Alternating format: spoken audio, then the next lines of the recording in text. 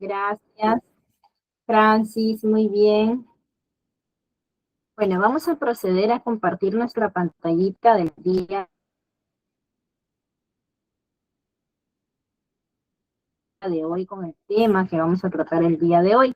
Pero primero vamos a ver y interactuar un poquito sobre lo que habíamos hablado en nuestra primera sesión. Y chicos, a ver, ¿quién de ustedes desea participar y me comenta en pocas palabras qué es lo que más o menos hemos tratado en la primera sesión? Como que damos una pequeña autoayuda a nuestros amigos que se acaban de conectar. A ver, chicos, ¿quién desea participar de repente con algún pequeño concepto que de repente hayan podido captar de la primera clase? En la primera clase hemos tratado sobre los fundamentos de la estimulación temprana, ¿no? Hemos hablado sobre las áreas dentro de la estimulación temprana y también qué tan importante es para el desarrollo de un niño en esa edad, ¿no? En el cual nosotros vamos a ayudar a que pueda estimular ciertas capacidades que el niño tiene y que va a ir desarrollando poco a poco. ¿Sí?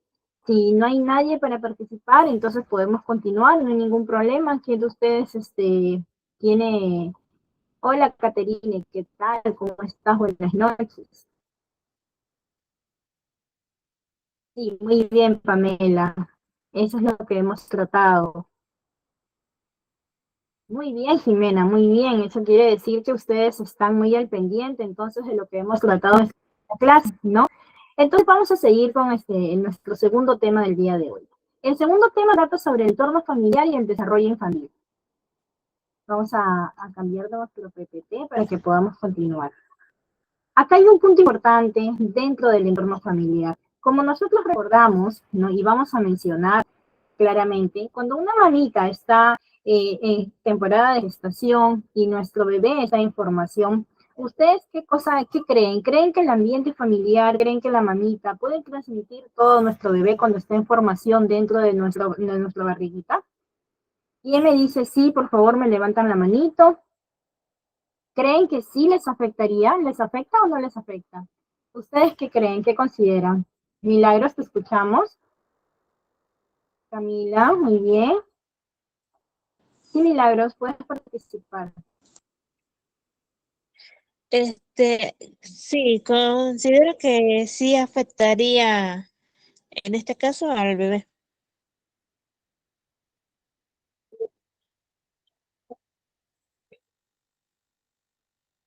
Claro que sí. Entonces, para poder hablar mucho más en el tema, vamos a hablar de los siguientes casos que tenemos a continuación, ¿sí? Primero que todo, vamos a dar el concepto general, ¿no? Nosotros sabemos muy bien que cuando un bebé está en formación en el vientre materno, este bebé va a percibir todo lo que la mamá sufre, todo lo que la mamá realiza. Si la mamá está feliz, ese niño va a crecer con tranquilidad, va a crecer y va a formarse de manera tranquila. Entonces, si una mamá tiene problemas de repente muy fuertes, tiene problemas de repente que para angustiada y para con complicaciones, ese bebé dentro del vientre materno cuando nazca, ¿va a ser un bebé que va a estar tranquilo o va a ser un bebé que va a suspirar mucho, que va a ser muy nervioso? ¿Ustedes qué creen? Raiza, ¿te escuchamos? Sí, buenas noches. Los bebés que tienen, por decir, esa presencia desde ya del embarazo, siempre tienden cuando nacen, bueno, en este caso lo digo por experiencia porque soy mamá, tienden a tener como un poco son muy sensibles, tienen mucha sensibilidad cuando son bebés. Claro, es muy importante que que dentro del desarrollo, ¿no? Del bebé en la barriguita de la mamá, ¿ya? La mamá esté en un ambiente tranquilo. Porque ¿qué sucede cuando la mamá está en un ambiente que no es acorde para la formación de ese bebé? Ese niño va a tener un poco de retraso en el desarrollo neuronal, porque ese niño va a estar muy tenso, la mamá va a estar tensa, va a estar preocupada, por eso es que cuando siempre los médicos dicen, por favor, mamita, usted tiene que estar tranquila, tiene que pensar en su embarazo, o sea, realmente el factor del alrededor de que pasa la mamita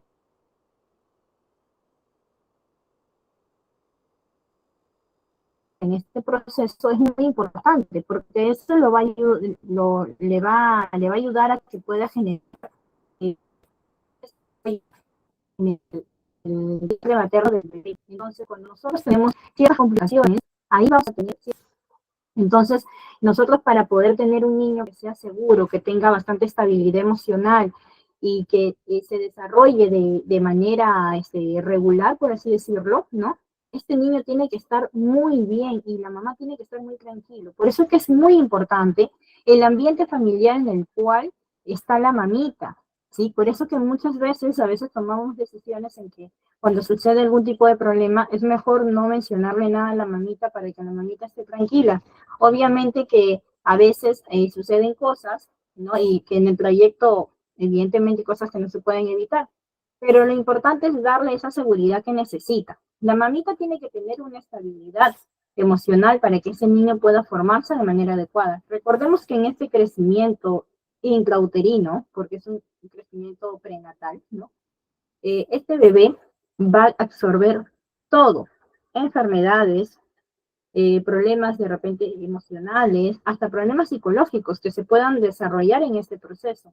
Es por esa razón que nosotros tenemos que estar o aconsejar a las mamitas, ¿no? Cuando están en este proceso, a que estén en una temporada muy tranquila, muy tranquila. No deben estar inmersas en situaciones o en problemas los cuales puedan generar algún tipo de dificultad en la formación de este bebé, ¿sí? Vamos ahora a seguir con nuestro próximo PPT, que viene de la mano con el primer tema que hemos hablado, ¿sí? La estimulación intrauterina o prenatal. ¿Quién de ustedes ha escuchado sobre este término?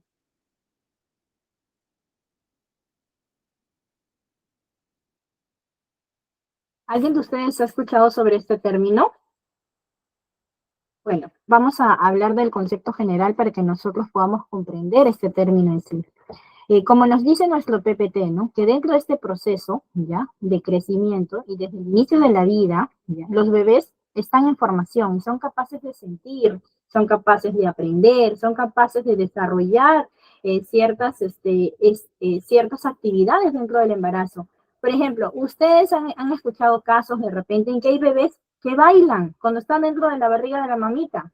¿Ustedes han podido escuchar ese tipo de casos? No. Sí.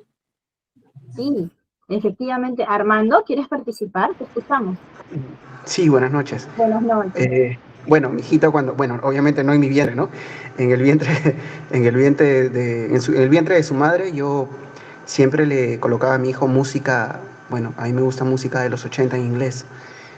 Y mi hijo siempre tendía a moverse y hasta ahora, ahora en la actualidad va a cumplir 5 años y le gusta la música que yo le ponía en el vientre de su madre, ¿no? Incluso cuando le leía cuentos también. Claro, claro que sí, Armando. Entonces, eso es una muestra de que definitivamente el bebé cuando está en el vientre materno absorbe y es capaz de aprender todo lo que escucha del papito, de la mamita, de las personas que están a su alrededor. Porque en esta evolución, ya, la madre y el bebé tienen una interacción única, pero también tiene interacción con el papá o con las personas que están a su alrededor y son capaces de aprender tantas cosas que a veces son inimaginables, ¿no? Entonces, para seguir con nuestro concepto, ¿no? Normalmente en este proceso, pues, van a desarrollarse, ¿no? Van a poder evolucionar ciertas capacidades físicas, emocionales, ¿no? Que van a ir formándose dentro del vientre materno. Luego, ya para esto, cuando ya salen de este proceso prenatal, ya el bebé nace en cierta forma algo estimulado. Por eso es que a veces hay niños que tienen cierta formación sobreestimulada. A veces nosotros no decimos, pero ¿por qué? ¿No? ¿Por qué este niño es así o este bebé es bien adelantado? Y no es que sea adelantado, sino que ha pasado por un proceso adecuado de estimulación, ¿sí? Entonces, también vamos a poder mencionar lo siguiente. En este proceso de la barriguita existe una cierta estimulación que ayuda en este proceso para que la mamita pueda tener interacción con la mamá. ¿Ya? Perdón, para que la mamá pueda tener interacción con el bebé y también pueda participar toda la familia. En estos tipos de ejercicios, ¿no? Este tipo digamos, de confraternidad, se practica ciertas técnicas de poder, por ejemplo, hablarle a nuestro bebé. Si nosotros le hablamos al bebé cuando está en nuestra barriguita, ya generamos un vínculo de amor, un vínculo en el cual ya va a conocer la voz de la mamita. Ese bebé va a ir conociendo la voz de la mamita, la voz del papito, va a poder ir adaptándose a la familia que le espera, porque recordemos que él todavía no sabe el mundo en el cual va a llegar. Entonces, ¿qué pasa si nosotros, vamos a poner un caso, ¿no? Si tenemos un bebé el cual está en el vientre de la mamita, pero esa mamita está en un entorno, digamos que algo tóxico, algo problemático, la mamita llora demasiado, se siente intranquila. Este bebé, ¿qué tipo de complicaciones puede llegar a tener? A ver, ¿quién de ustedes me responde? Armando, ¿puedes interactuar? Buenas noches. Sí, podría repetirlo, lo que pasa es que estoy en mi trabajo. Yo pensé que habías levantado la manito, creo que fue Ay, Karen. ¿Karen? perdón, estoy en mi trabajo, lo siento. Ah, no te preocupes, Armando. Gracias. Karen, ¿escuchamos? A ver, está también Raiza. Sí, cuando un bebé está en ese entorno, a ver, nace con lo que es, se podría decir, ansiedad, creo yo, y es un bebé que, porque he visto casos, es un bebé que llora por todo. A veces uno no le entiende qué es lo que tiene, pero es un bebé inseguro, es un bebé irritable, tiene los ánimos, a veces está bien, a veces está mal, entonces creo que tiene las emociones, no sé, confundidas, podría decirlo, pero, o sea, no es un niño como un niño normal, como que cuando creció desde el vientre o un ambiente con amor y todo eso, es un bebé que duerme incluso hasta mejor, o sea, todo va bien, ¿no? Creo Claro. eso. Claro que sí, ¿no? Entonces, en esta temporada de la estimulación intrauterina se pueden practicar algunos procesos de estimulación, como por ejemplo las estimulaciones sonoras, ¿no? Si nosotros, por ejemplo, practicamos el habla con nuestro bebé cuando está en el vientre y le mencionamos, ¿no? Mi amor, vas a ser un bebé muy bello, vas a ser un bebé muy inteligente, vas a ser un bebé muy organizado.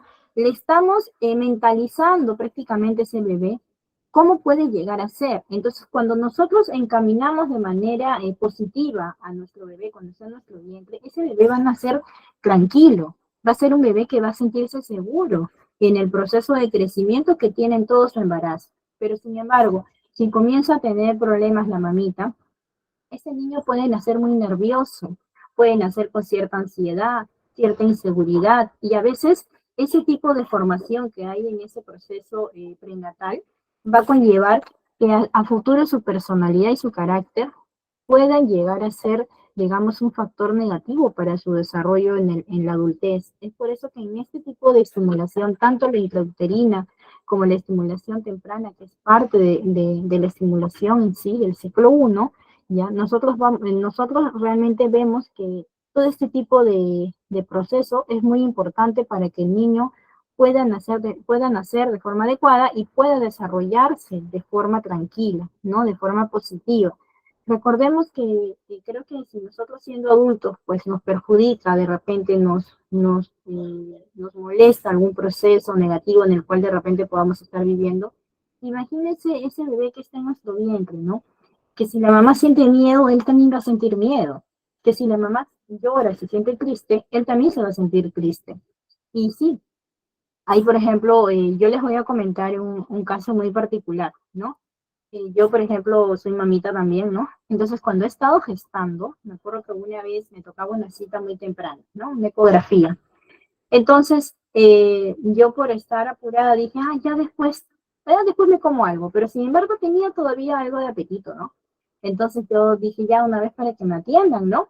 Entonces comienzan a hacerme el proceso de la ecografía y de pronto pues yo veo que mi bebé estaba pues con la boca que abría, ¿no? Y como que se quería chupar la manito o algo así, ¿no? En la ecografía, ¿no? O sea, entonces era para mí algo pues yo decía, uy, es lo que sucede, ¿no? ¿Y qué pasa de que la doctora pues me dice, ah, señora, usted tiene hambre, ¿no? Ah, sí, le digo, pero ya se me está pasando, le digo. Uy, me dice, pero al bebé no, me dice. Y efectivamente, era que mi bebé estaba pues con hambre. Y efectivamente, si la mamá siente el hambre y él también, entonces si él puede sentir eso, si hay esa conexión, imagínate qué otras cosas más puede sentir si son de repente situaciones negativas. Entonces, dentro de esa estimulación intrauterina, nosotros podemos practicar estimulación sonoras, estimulaciones, digamos, tácticas. Podemos empezar a tocar el vientre, a decirle que vas a crecer de forma sana, tranquilo, para que él también se desarrolle de forma tranquila, positiva, adecuada. Entonces, eso va a ayudar a que él pueda completar esas capacidades físicas, mentales y emocionales que va a ir formando este bebé dentro del vientre materno. Entonces, para ya culminar de repente esta pequeña teoría, ¿no? La estimulación intrauterina es una parte muy fundamental de este proceso prenatal para el desarrollo en la estimulación temprana del menor ya cuando está en la edad de los 0 o 2 años. ¿Sí? Entonces, si nosotros ponemos en práctica ciertas pautas que normalmente se necesitan para el buen desarrollo de una persona, de un niño, que le va a repercutir esta estimulación, va a repercutir mucho para su edad adulta y su edad ya de la niñez, porque va a ir formando su carácter. Recordemos que nosotros tenemos hasta los 6 años para poder formar bien el carácter de un niño. Es muy diferente el temperamento al carácter. Entonces, nosotros vamos a tener pie para poder formar a este niño hasta los 6 años y vamos a poder estimularlo, encaminarlo. Dicho sea de paso, hay que mencionar que en el proceso de repente hay niños que nacen con ciertas condiciones y que a veces las mamitas no nos damos cuenta, los papitos tampoco. Entonces nosotros a veces creemos que ciertas actitudes o ciertas acciones que realizan es normal o están dentro de la normalidad, pero nosotros siempre debemos estar de la mano de un especialista apenas veamos algún signo de alerta para poder darle una atención temprana a nuestro niño. Entonces, cuando nosotros le damos una atención temprana a nuestro niño, podemos hasta revertir ciertas condiciones que se puedan estar generando en el momento. Es más, hay casos muy, muy sonados en el cual de repente ha habido niños que han tenido, digamos, un indicio o un inicio de autismo y han sido revertidos muy a temprana edad porque han sido detectados muy a tiempo. Entonces, todo ese tipo de información es bueno que nosotros siempre lo sepamos y lo tomemos en cuenta. Como había comentado con ustedes en la primera clase, ¿no? Siempre debemos llevar de la mano en solicitar, en aconsejar al padre de familia un informe psicológico. Siempre le hacen un pequeño test. Siempre los niños, nosotros, por ejemplo, yo por mi parte trabajo siempre con eso. Siempre considero y aconsejo que cuando yo veo, observo una alerta en algún niño, ¿no? Que tengo de repente bajo mi cuidado, siempre sugiero al papito, a la mamita que se realice para evitar de repente cualquier inconveniente que suceda a futuro.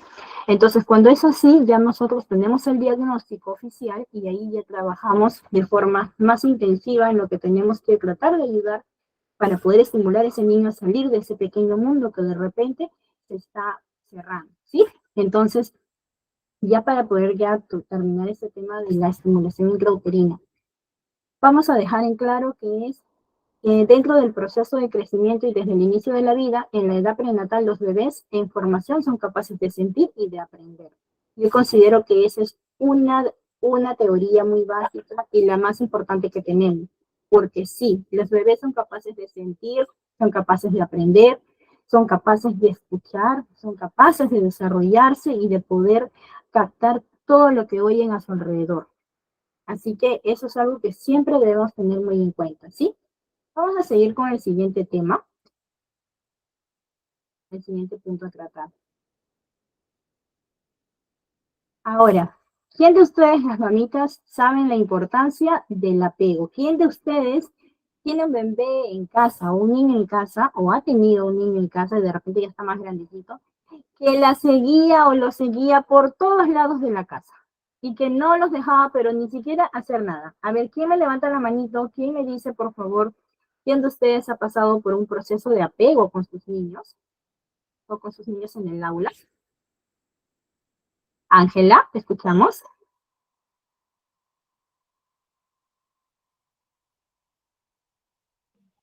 Pamela.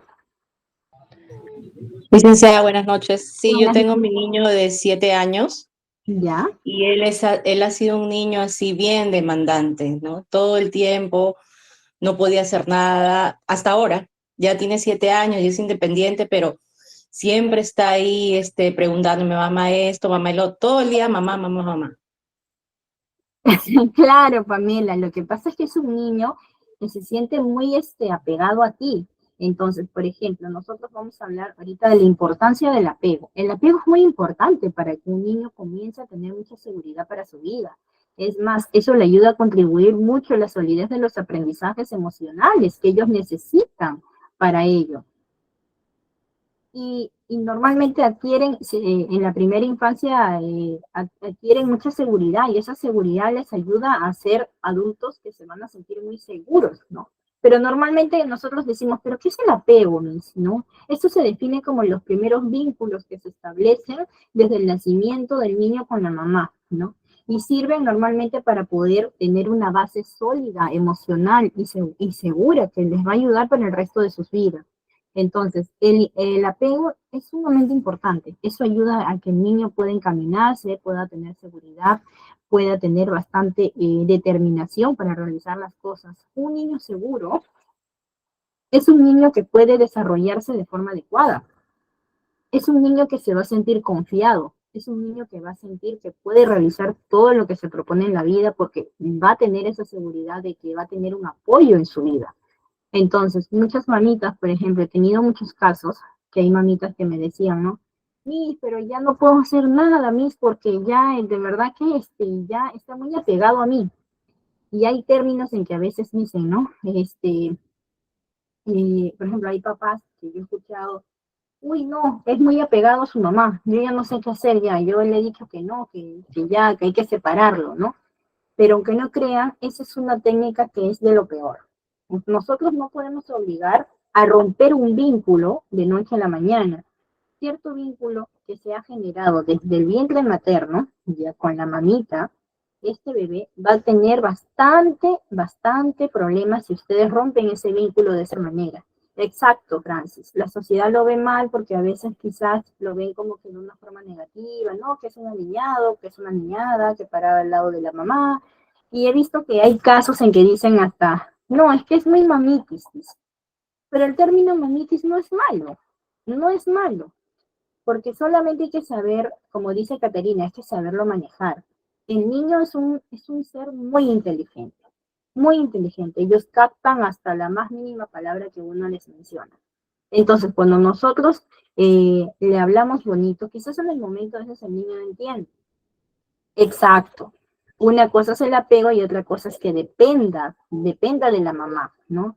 El niño tiene que aprender a ser muy independiente, ¿no? Entonces, la independencia no tiene nada que ver con el apego. ¿Por qué? Porque el niño puede ser independiente y puede ser apegado a su mamá. Y eso no quiere decir que de repente no va a poder hacer las cosas. Al contrario, un niño que está apegado en forma positiva a su madre va a poder desarrollarse de forma tranquila, va a poder desarrollarse solo, va a poder hacer sus cosas, pero siempre no voltear a ver a la mamá. Por ejemplo, en la edad desde el año y medio en adelante, el niño empieza a tener ese shock de desapego, de que poco a poco ya no va a estar en los brazos de la mamá todo el día. Entonces, esa es la edad en la cual el niño se siente más, digamos, inseguro. ¿Por qué? Porque la parte en la cual él ya puede hacer cosas solo y ya no necesita estar en los brazos de la mamá, en el pecho de la mamá. Entonces, de ahí viene el problema, de ahí ya viene el tema del desapego, ¿no? Entonces, cuando ya poco a poco lo vas dejando que él hace sus cosas, ¿no? Va a tener va a ser el proceso en el cual más va a llorar, va a tener ese proceso en el cual va a tener más dificultad de separarse de la mamá, va a tener ese problema en el cual va a hacer sus cosas, pero va a voltear y va a querer ir corriendo de nuevo con la mamá. Y ese proceso es normal, ese es un proceso muy normal en el desarrollo del niño. ¿Por qué? Porque él recién está aprendiendo a despegarse previamente, poco a poco de la mamá, ¿no? Entonces, cuando poco a poco se va despegando de la mamá para que él también pueda tener cierta independencia, ese niño en su cabecita todavía no comprende de que él ya es un niño y ya no es un bebé. Entonces, cuando ese proceso para que él lo comprenda, tarda todavía, tarda unos años en que él comprende de que la mamita no siempre tiene que estar al lado de él, ¿no? Sí, o de ella, sino que la mamita tiene cosas que hacer y él también puede hacer sus cosas de forma independiente. Por ejemplo, hemos visto muchos casos de los niños cuando van al colegio. ¿Quién de ustedes no ha vivido de repente una situación en la cual el niño o la niña llora desconsoladamente porque no quiere quedarse en el colegio? ¿Quién de ustedes ha pasado por un proceso similar o quién de ustedes ha visto de repente algún proceso similar? Milagros, ¿te escuchamos? ¿Te escuchas, Milagros? Sí, es como, ya mencionaba, por ejemplo, de niño, pues sí, yo, esta, yo chillaba mucho cuando mi mamá me dejaba en la escuela, que apenas me daban la puesta y mamá, no me dejes. Claro, eso ha pasado y eso pasa hasta ahora en la actualidad. Sin embargo, a veces hay niños que no tienen esa necesidad, que ellos normalmente pues llegan al colegio y es la mamá que se queda llorando. ¿Sí, Raiza? ¿Escuchamos?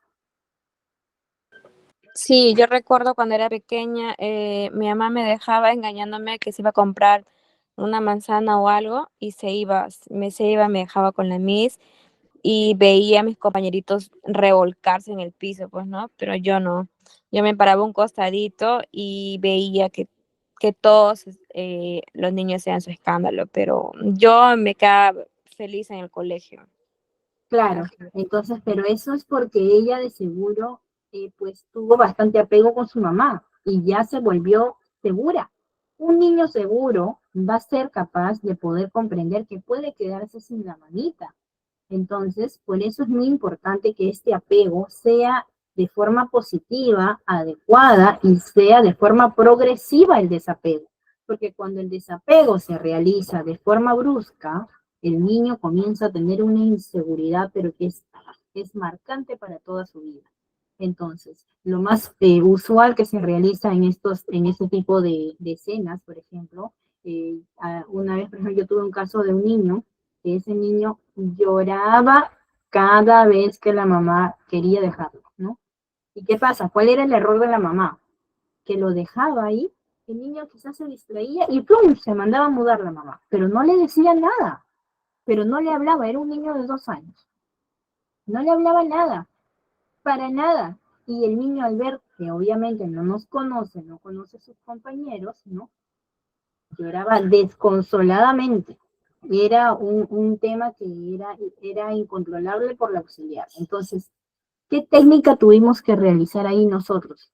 Tuvimos que hacer que la mamita participe en el proceso de desapego, porque el desapego no se hace de noche a la mañana, como ya le hemos mencionado, no se puede hacer de manera brusca, porque el niño va a generar una inseguridad que va a ser ya muy marcante para toda su vida. Y así como Milagros y Raiza, por ejemplo, nos cuenta que cuando su mamá la dejaba en el colegio y hasta ahorita a esta edad se acuerdan, ustedes se acuerdan, ¿sí o no? Entonces, si ustedes se acuerdan hasta ahorita, imagínate el proceso del niño que es dejado de manera brusca. Ese niño va a tener, digamos, problemas de aceptación, porque va a pensar de que pues lo están abandonando, lo están abandonando. Entonces, para las personas que van a dedicarse en el rubro de estimulación, en el rubro de escuela, por ejemplo, ¿no? Ellos poco a poco se adaptan al proceso de que van a estar en el aula con sus compañeros, pero para esto es necesario trabajar con la mamita en los primeros días, poco a poco. Entonces, ¿qué hicimos? Hicimos que la mamá se quedara en las primeras semanas, que se quedara, que poco a poco ella me diga, no, voy a ir al baño, pero voy a regresar por ti. Al comienzo va a llorar, lloraba, pero cuando el niño veía que su mamá regresaba y la mamá le decía, ya ves, me fui al baño y regresé, no te estoy mintiendo, te estoy diciendo que de verdad estoy regresando por ti, tú sigues jugando. Entonces el niño ya jugaba y volteaba a mirar, pero volteaba a ver a la mamá y ya sabía que la mamá estaba ahí. Y seguía jugando, seguía haciendo su actividad que nosotros realizábamos en el aula y no había ningún tipo de problema. Y poco a poco se fue alargando y ya la mamá le decía, me voy a ir, no te preocupes, voy a hablar con la directora y regreso, decía. Y la mamá salía. Y yo ya le decía que se demorara un poco más, un poco más. Tanto así que un día ella lo dejó, le dijo, hijito, voy a estar acá. Y agarró y ella le dijo, me voy a ir a la casa, ¿sí? Porque necesito ir a la casa, porque ya teníamos que probar para saber ya los tiempos, ¿no? A ver si él ya resistía más tiempo, ¿no? Y no hubo problema.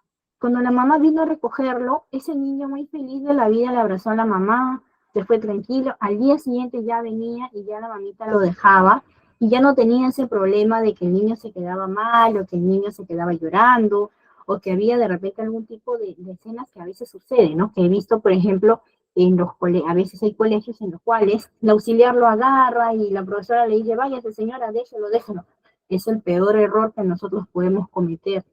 ¿Por qué? Porque estamos haciendo un despego brusco. Un niño que no te conoce a ti, que tú eres la docente o la auxiliar o la encargada de estimulación. Si no te conoce, no conoces alrededor, así como cualquiera, siendo adulto, nos vamos a sentir intimidados o no nos vamos a sentir intimidados. ¿Ustedes qué dicen? A ver, me levantan un dedito, por favor. ¿Qué dicen? ¿Nos vamos a sentir intimidados, sí o no? Exacto, Andrea, exacto, Jimena. Nos vamos a sentir intimidados, nos vamos a sentir mal. Si nosotros siendo adultos nos vamos a sentir así, imagínate un niño pequeño. Diana, ¿te escuchamos? Andrea, ¿deseas participar? Claro. Sí, buenas noches. Disculpe. Sigue nomás. Andrea. A ver, Andrea, empecemos con Andrea. A ver, yo digo que sí, nos podemos intimidar incluso a horitas. Un decir que vayámonos a conocer toditos eh, para entrar al curso, vamos a estar tímidos como que quiénes son, serán buenos, serán malos, nos llevaremos bien, nos llevaremos mal, cómo será la Miss, cómo, no sé, o sea, cómo le explico, cómo será el entorno dentro de ahí.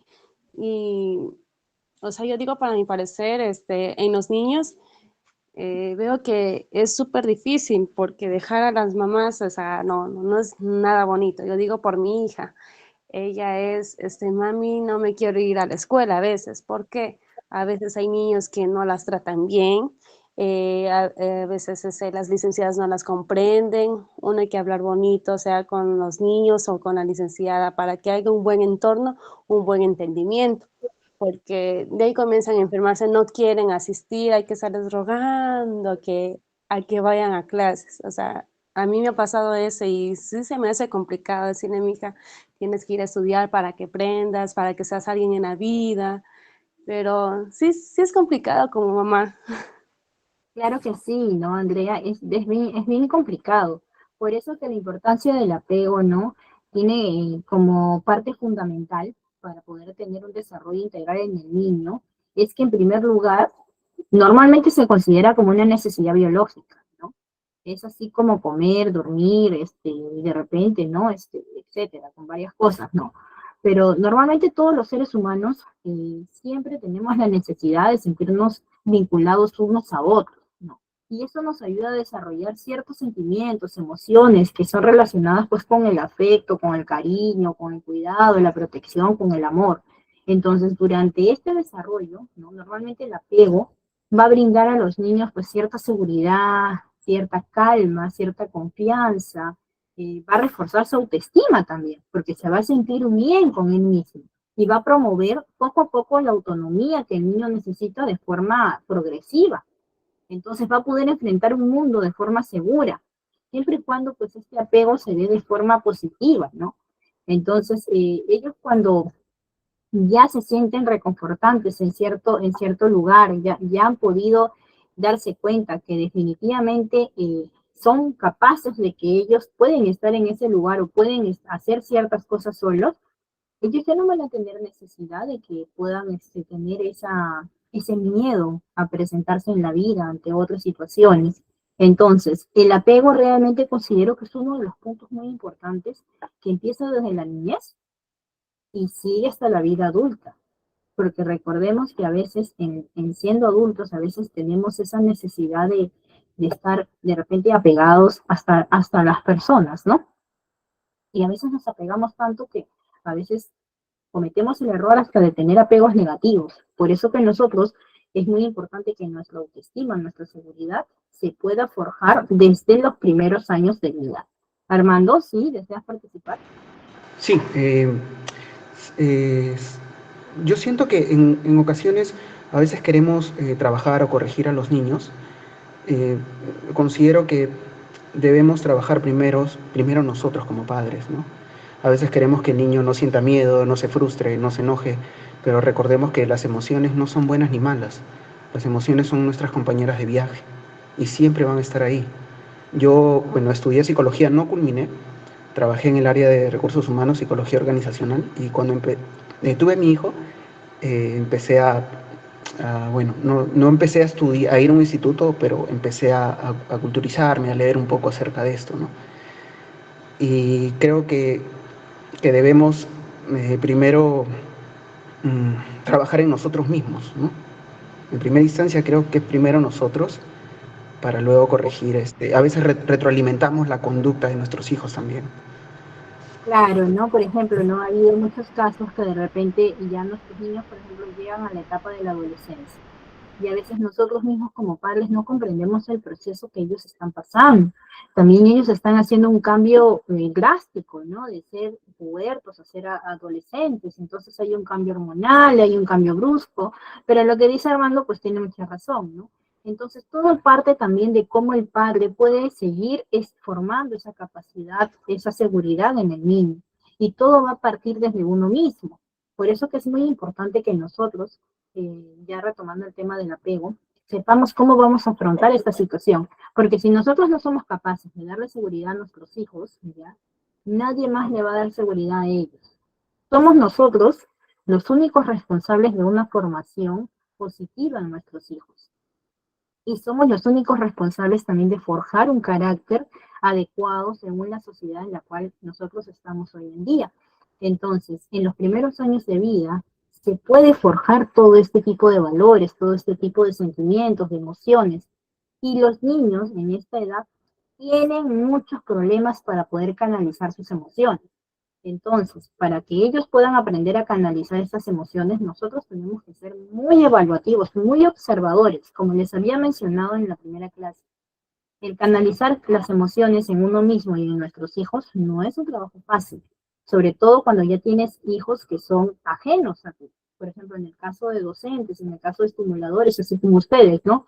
Poder entablar esa importancia de esa formación de carácter, de apegarse a las normas de convivencia que normalmente se van a establecer dentro de un ambiente, dentro de un aula, en donde todos y cada uno de los niños son un mundo diferente, porque como habíamos hablado, cada quien viene de hogares distintos. Entonces, de ahí viene la importancia también del embarazo de la mamá, del alrededor de la mamá, porque cada niño que viene de hogares distintos viene con diferentes emociones mezcladas y con diferentes cosas en su cabecita.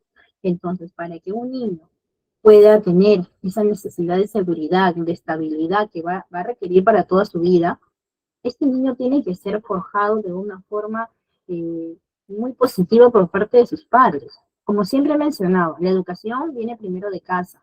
En el tema de la educación, pues, digamos, moral, ¿no? Entonces, ¿qué hago yo, por ejemplo? Y a mi clase me llega un niño, pues, que ya viene con ciertas actitudes, digamos, de agresividad, que perjudica inconscientemente a otros niños. Él también es un niño inocente, que está siendo víctima, de repente, de un ambiente tóxico, agresivo. Entonces, ¿qué sucede cuando pasa eso? ¿Qué sucede cuando pasa eso? Tienes que trabajar en ese niño. Entonces, como siempre hemos mencionado, nosotros como estimuladores, ¿no? Como parte de este proceso de aprendizaje, ¿no? Vamos a ser muy observadores. Vamos a tener que aprender a tener paciencia y empatía, pero como siempre les digo, lo primero es la observación. porque nosotros tenemos que observar a cada niño que tenemos y también saber cuál es el alrededor que lo, que lo sigue, ¿no? De qué alrededor viene, de qué familia, cómo es. Por eso es que usualmente cuando ustedes van al colegio, cuando los niños van al colegio, nosotros las profesoras, ¿no? Ya estamos hablando del nivel inicial, ¿no? Preguntamos, ¿no? ¿A qué edad levantó la cabeza? ¿Cómo es el ambiente? ¿Con quién vive? ¿Cuántos hermanitos tiene? ¿Cómo es la mamá? Hacemos las escuelas de padres, por ejemplo. Hacemos las reuniones. Es ahí donde nosotros como especialistas observamos el papá, la mamá, quién es, cómo es, por qué, qué dice, qué no dice, cómo se comporta el niño con la mamá, con el papá, cuando está en ese tipo de reuniones. Entonces es ahí donde nosotros como especialistas, como profesionales en el área, ya comenzamos a aplicar ciertas técnicas de acuerdo a la condición que tiene cada niño. Entonces, para poder finalizar este punto importante del apego, ¿no? Nosotros debemos considerar que el apego positivo es algo que va a conllevar a que el niño sea independiente, pero también esté ligado a mí. Que sepa recurrir a mí cuando tenga problemas, cuando se sienta mal. Porque si un niño pequeñito no puede recurrir a ti y se cohíbe cuando le duele algo, cuando le pasa algo y no te dice nada o no te da señales de lo que pasa con él y prefiere aguantarse, ese niño entonces no está teniendo un vínculo positivo contigo. Porque ese niño te puede seguir a todos lados, pero no quiere decir que tenga un vínculo positivo contigo, porque quiere decir que ese niño está buscando tu atención. ¿Me entienden, chicos? Está buscando su atención. ¿Y por qué está buscando su atención este niño? Que tú piensas que es apego, pero no puede ser apego de repente. Está buscando la atención porque no se siente seguro, porque no le has dado esa seguridad, no le has dado esa estabilidad que necesita, que él necesita para que se pueda sentir propio de sí y pueda desarrollarse de forma adecuada y tener esa confianza de contar contigo, así sea en lo más mínimo posible, ¿no? Por eso siempre recomiendo darnos un tiempo, por más ocupados que estemos, para poder observar a nuestros niños, tanto nuestros alumnos como nuestros hijos cuando los tengamos en casa. Entonces, considerar el apego, ¿ya? Siendo positivo es muy importante. Un niño crece muy rápido y ellos se llevan todo a su cabecita. Como ustedes mismas se darán cuenta, ustedes se acuerdan de cuando eran niños, de cuando estaban en inicial, cuando su mamá les dejaba en el colegio. Entonces, si ustedes se acuerdan, ¿ustedes creen que sus niños no se van a acordar? ¿Ustedes qué dicen? ¿Creen que su niño no se va a acordar de la situación que vivan en sus hogares? Claro que sí se van a acordar. Entonces, por eso es de suma importancia que nosotros podamos establecer esa seguridad que nuestros niños necesitan. ¿Y chicas? Chicos, espero que hasta acá tienen alguna duda, desean hacer alguna consulta adicional. Y no, para que podamos seguir con el próximo tema. Charo, ¿te escucho? Buenas noches. Yo más que nada tengo una consulta. Mira, yo tengo mi hijo ya de 9 añitos y siempre ha dormido conmigo. En tema de colegio, él nunca ha tenido problemas en lo que es quedarse, ¿no? Porque él entró al kinder a los 2 años y él feliz, ¿no? Hasta que me mudé y de lugar tuve que cambiarle de kinder a uno nacional porque estaba en particular y ahí tuve un caso donde mi hijo recién estaba hablando medias palabras, ¿no? Y él cuenta en sus medias palabras que la Miss, como él es inquieto, hiperactivo, que la Miss lo llevó al baño y lo encerraba en el baño, ¿no? Y decía que si no se sienta, si grita, va a venir el cucu y ahí se lo va a llevar. Y lo encerraba en el baño. Y cosa que a esa edad mi hijito ya no usaba pañal. ¿Cómo me doy cuenta? Cuando empieza a orinarse, ¿no? En las noches tenía pesadillas y se orinaba. Yo, qué raro, dije, y conversando con mi hijo, conversando cómo está, cómo pasó y todo, qué pasó, y él me cuenta en sus medias palabras, pues, ¿no?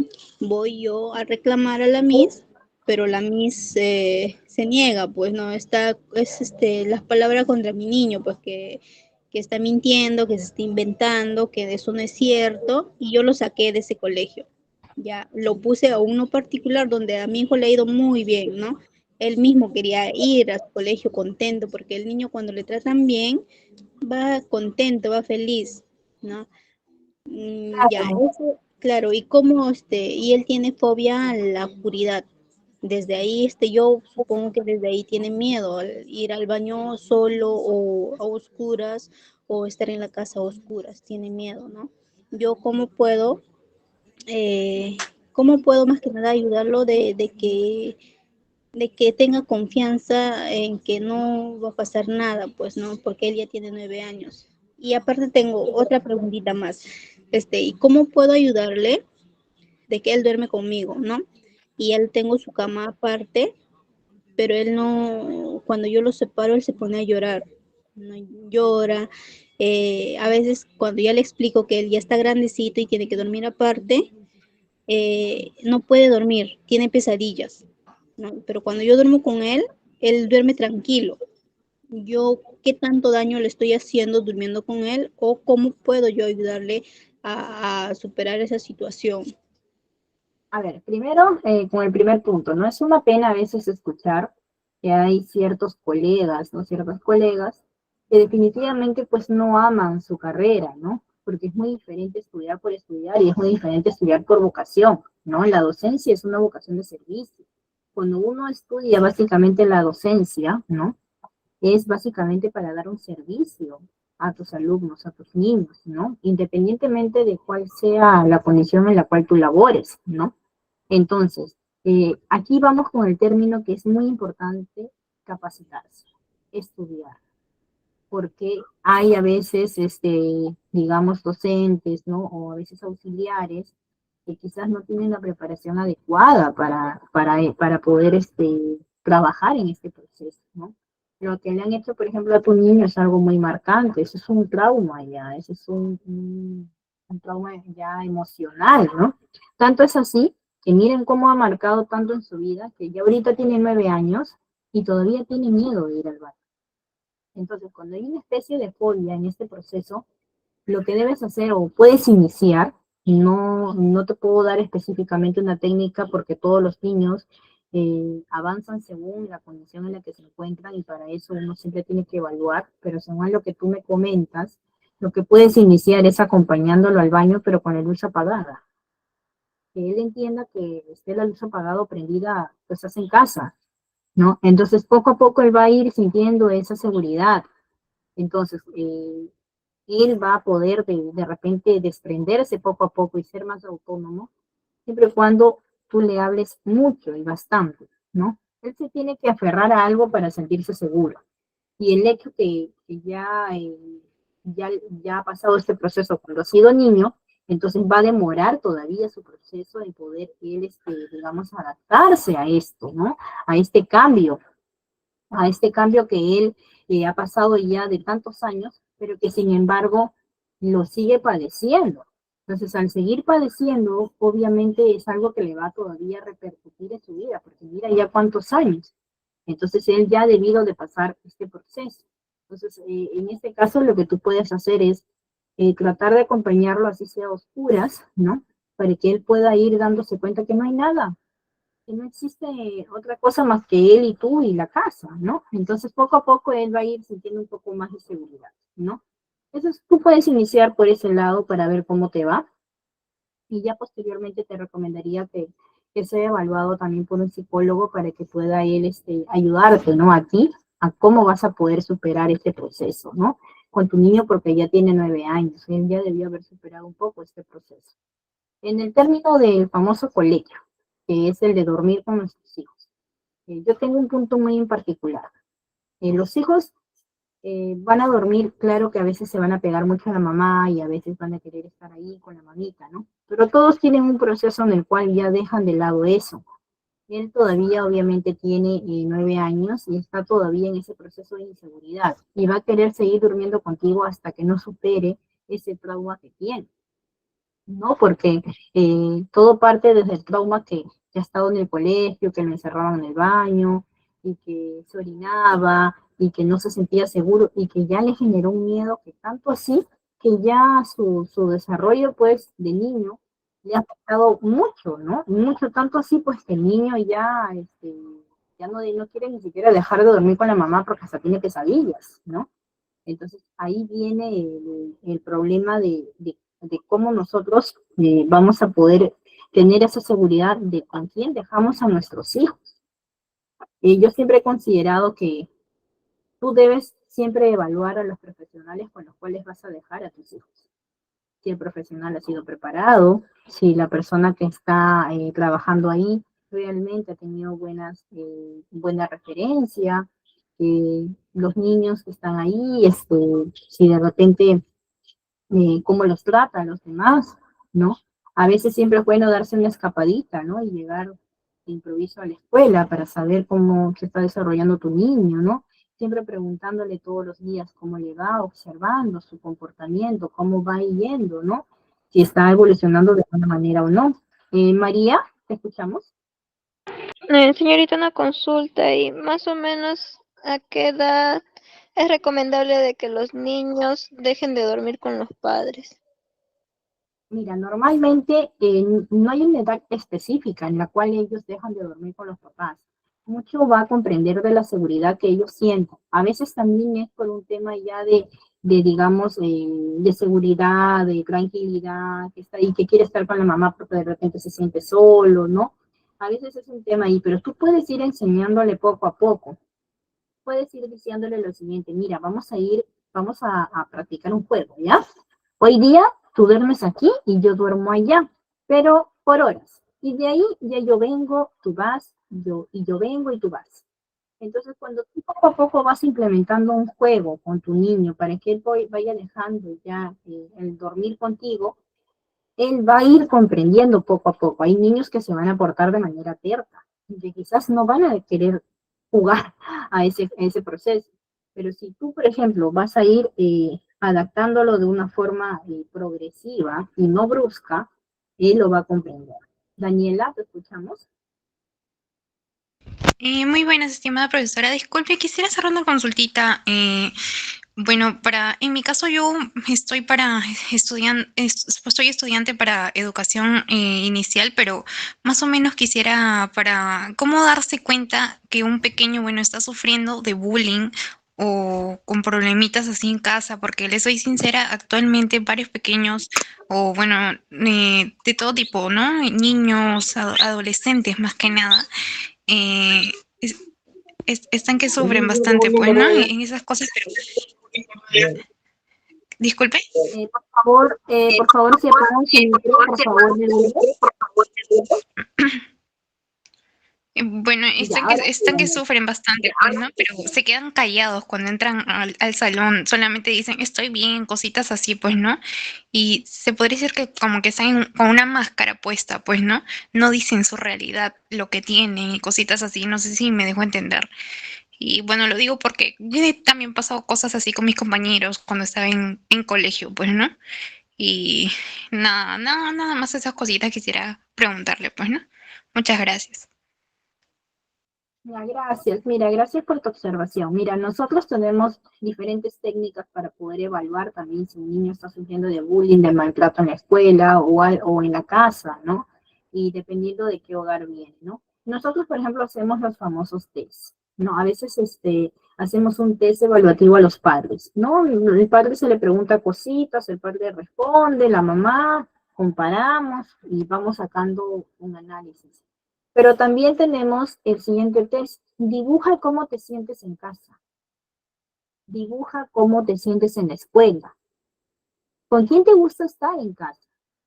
A ver, vamos a dibujar el día de hoy, vamos a implementar con quién quiero estar en casa, con quién me gusta estar en casa, cómo es mi mamá conmigo, cómo es mi papá conmigo, qué dicen mis abuelitos, quiénes son tus abuelos, vives con tus abuelos.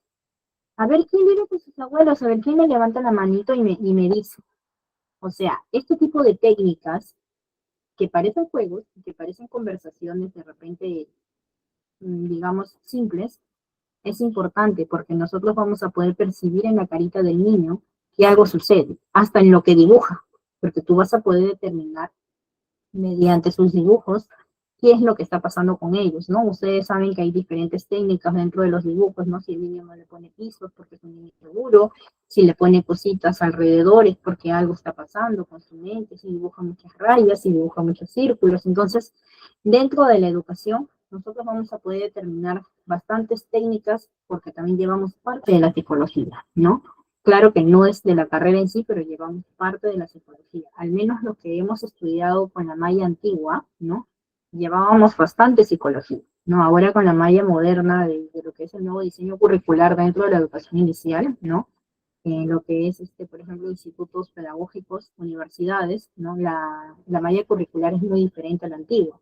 Obviamente en la antigua se manejaba más cursos básicos, pero a partir del quinto ciclo pues eran puros cursos de especialidad y estos cursos de especialidad pues eran orientados más a la psicología, al desarrollo del niño, al desarrollo temprano.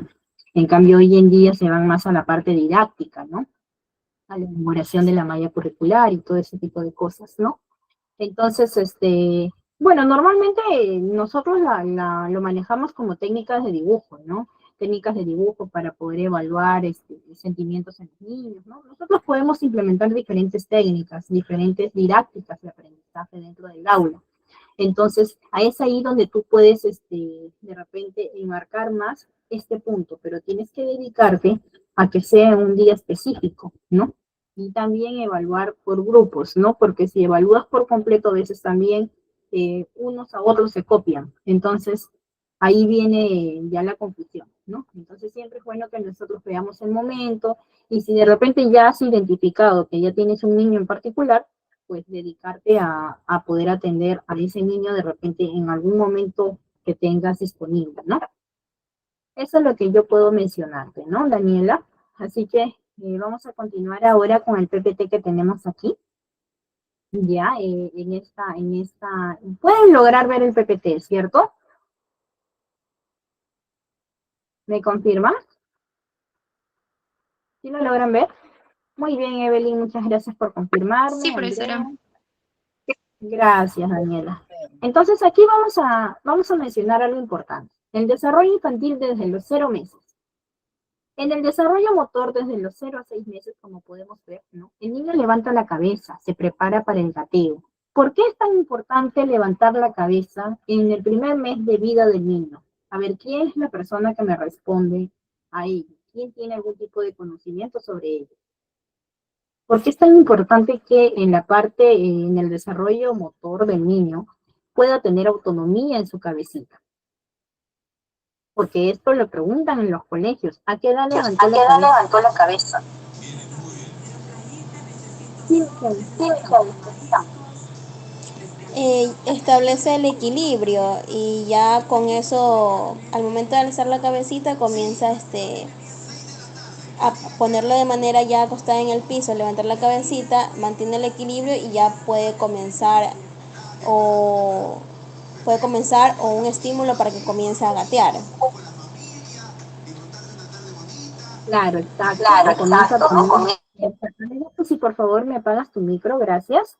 Claro, comienza a tener cierta estabilidad para poder desarrollarse, ¿no? Para poder caminar, para poder tener cierta independencia, cierta autonomía. Entonces, el levantar la cabeza en el aspecto en el aspecto motor le ayuda a eso, pero en el aspecto cognitivo normalmente pues va a atender a los estímulos.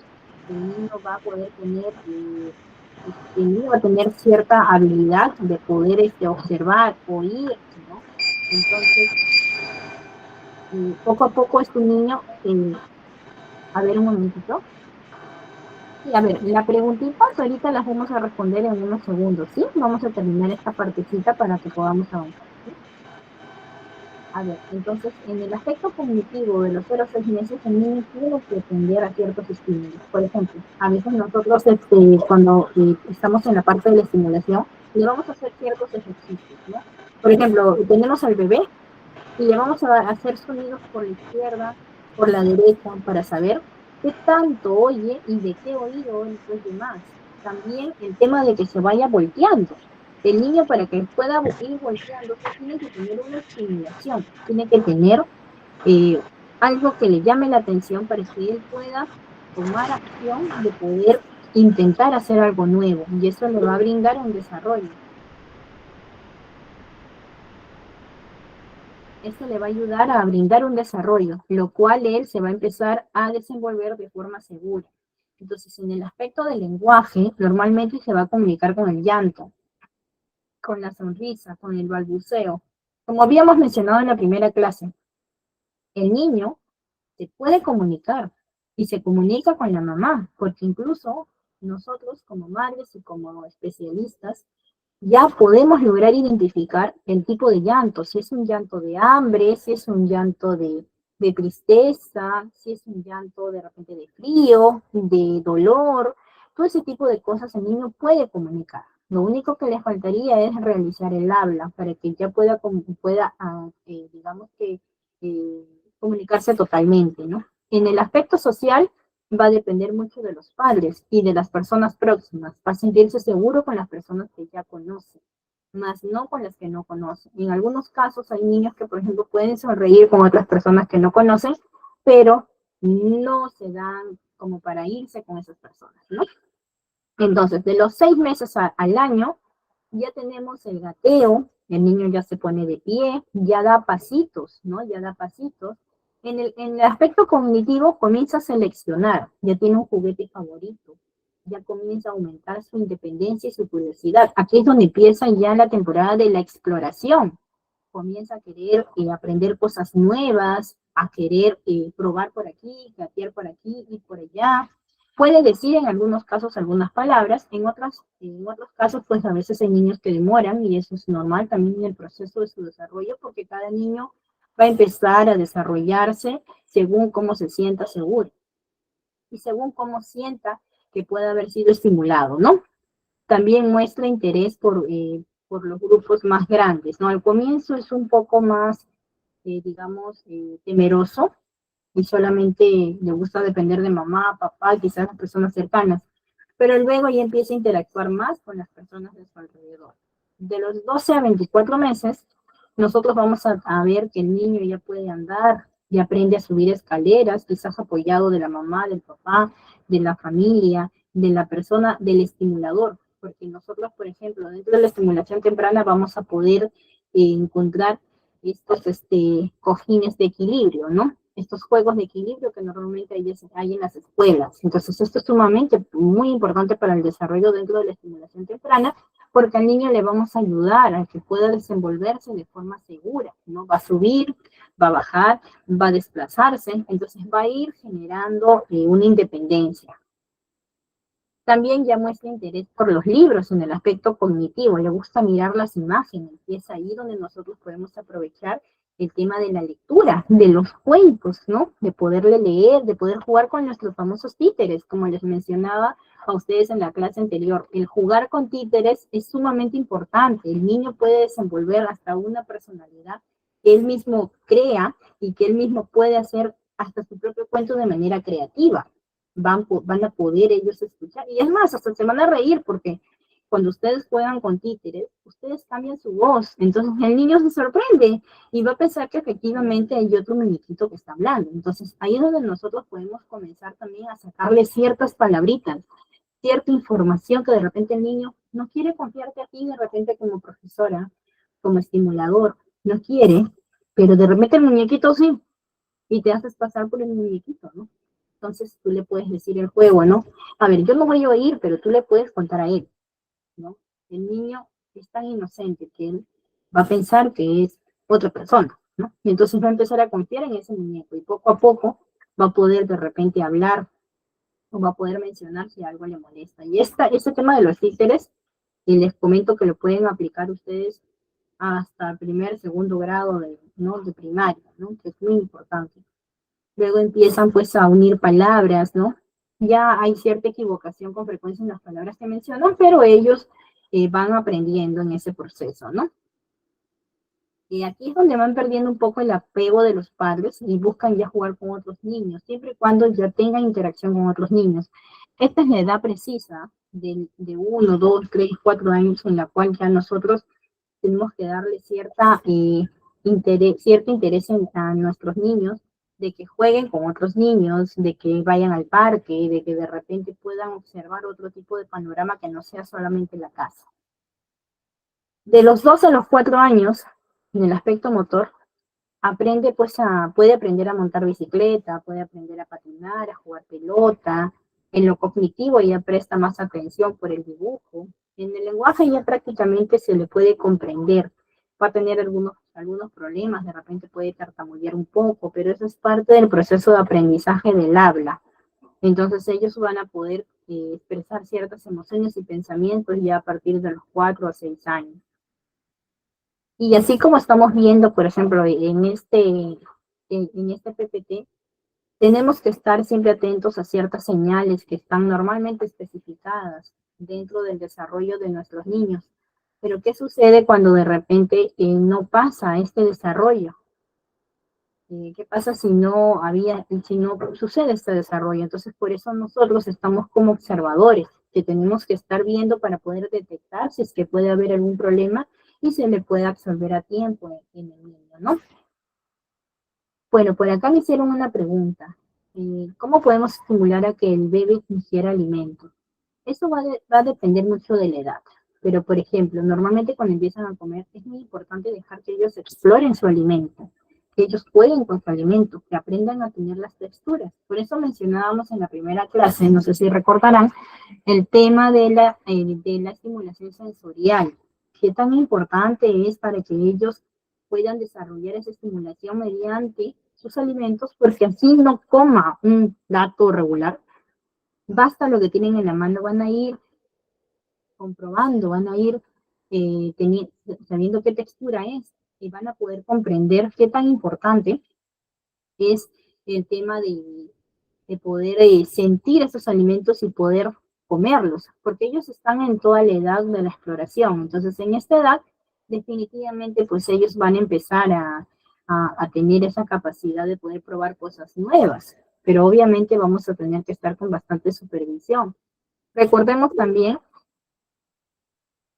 para que un niño no mire hacia atrás. A ver, Cintia, si me puedes especificar un poco más cómo es para como que no mire hacia atrás, que no voltee, o qué tipo de síntomas o qué tipo de indicios tú observas.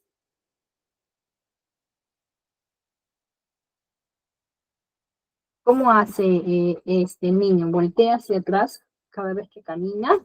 ¿O siempre mira hacia atrás y tiene la mirada un poco baja, un poco perdida?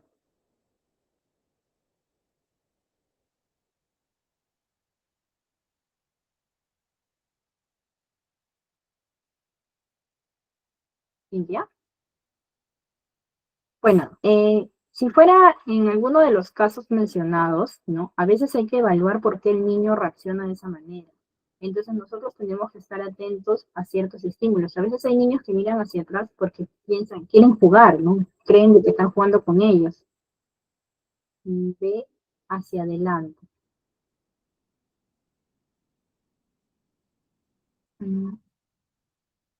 A ver, entonces vamos a seguir mencionando. Entonces, en ese aspecto, pues nosotros lo que vamos a hacer es tratar de llamar su atención con cosas delante de él, para que él, y con cosas hacia arriba, dependiendo de la edad también, ¿no?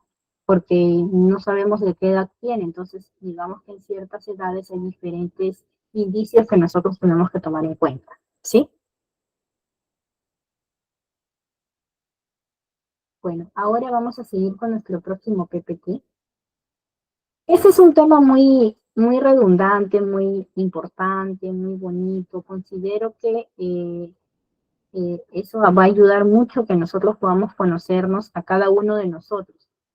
Acerca de la estimulación de la comida.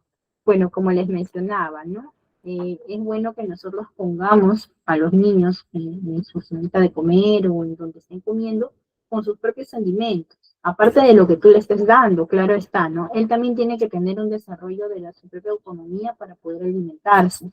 Entonces, al momento que él comienza a jugar de manera sensorial con sus comidas, él va a probar él mismo. Entonces él mismo va a empezar a generar ese impulso de querer comer, de querer tener esa necesidad del apetito, ¿no? Entonces es bueno que nosotros pues podamos darle esa, digamos que esa estimulación al niño que necesita para ese proceso.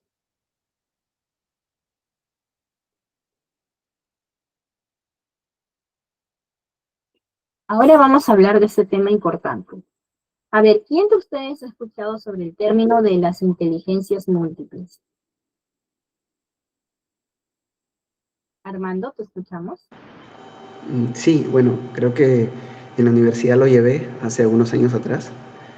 Se podría dar un ejemplo de, por ejemplo, Albert Einstein, comparado con un jugador de fútbol. No sé, por ejemplo, yo no sé de fútbol, pero por ejemplo Messi, hacían una pregunta de quién es más inteligente, ¿no? Entonces, ambos son inteligentes, pero cada quien en su campo. Algo así es lo que propone Howard Gardner, ¿no? Pero también hay psicólogos que refutan también, ¿no? O sea, no... Claro, hay Sí, siempre, digamos, que opiniones divididas, ¿no? Pero yo considero que el tema de las inteligencias múltiples es algo muy importante, ¿no? Como él dice, no tenemos una sola inteligencia, cada ser humano posee una combinación única. ¿Eso qué quiere decir? Normalmente, pues, esta teoría fue ideada, ¿no?, por Howard Gardner, que es un psicólogo americano. Él normalmente se oponía un poco al paradigma que se había establecido, ¿no? En que solamente existía una sola inteligencia, ¿no?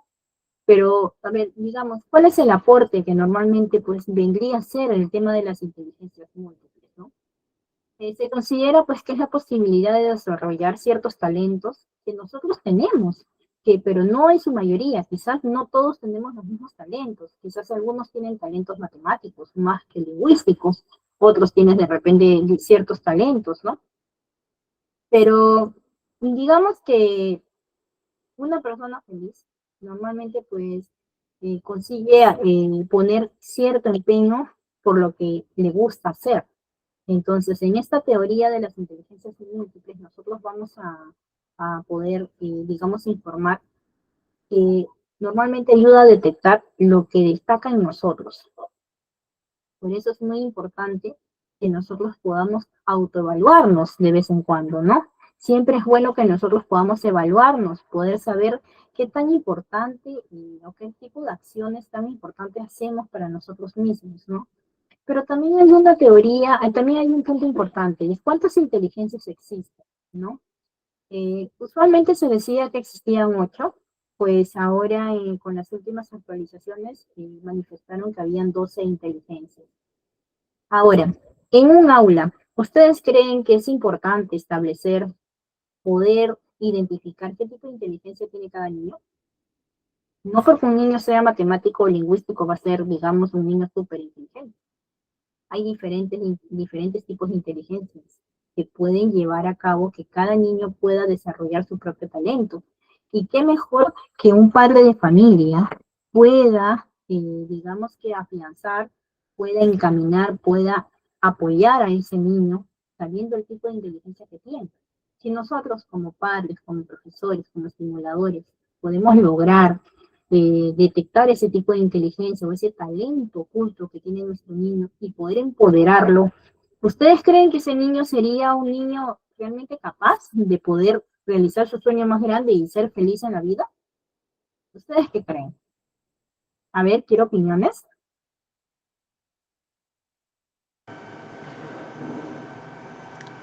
Señorita Marta, ¿podría repetirlo?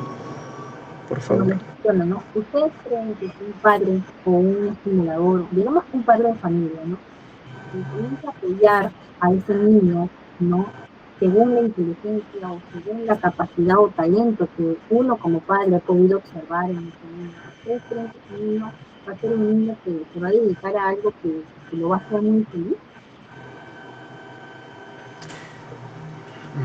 Yo considero que sí. Claro, pues no, porque con el apoyo de cada uno de los padres, o sea, qué bonito sería que todos, no todos los padres de familia, los profesores, podamos impulsar esa capacidad, esa inteligencia que tienen nuestros niños en nuestras aulas. Por ejemplo, ¿no? Yo he visto casos, ¿no? De niños que tienen un apego a la música, ¿ya? Y que tienen hasta la habilidad de tocar un instrumento musical. Nixie,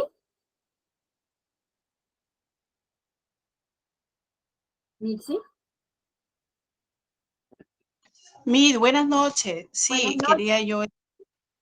quería dar algunas acotaciones a lo que está indicando, ¿no? Las inteligencias múltiples, porque es importante, ya que nosotros considero que estamos interesadas en esta charla, interesados, porque estamos integrando, estamos interactuando, estamos formando a niños y por ello nos interesa.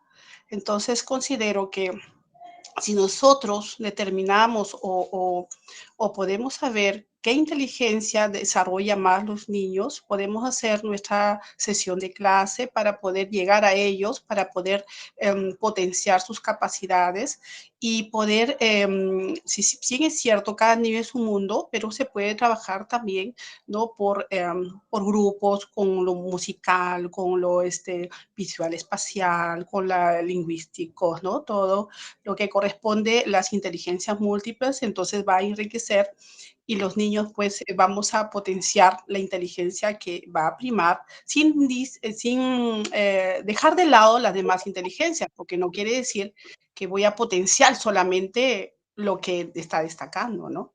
Entonces, eso quería acotar, mis. Gracias. Gracias, Nixie, por tu aporte. Sí, definitivamente nosotros, por ejemplo, no quiere decir que solamente como profesionales vamos solamente a abarcar el tipo de inteligencia que cada uno tiene. Obviamente nosotros podemos resaltar más esa, pero podemos apoyar en lo que él decida desenvolverse y que se sienta seguro en lo que se está desenvolviendo.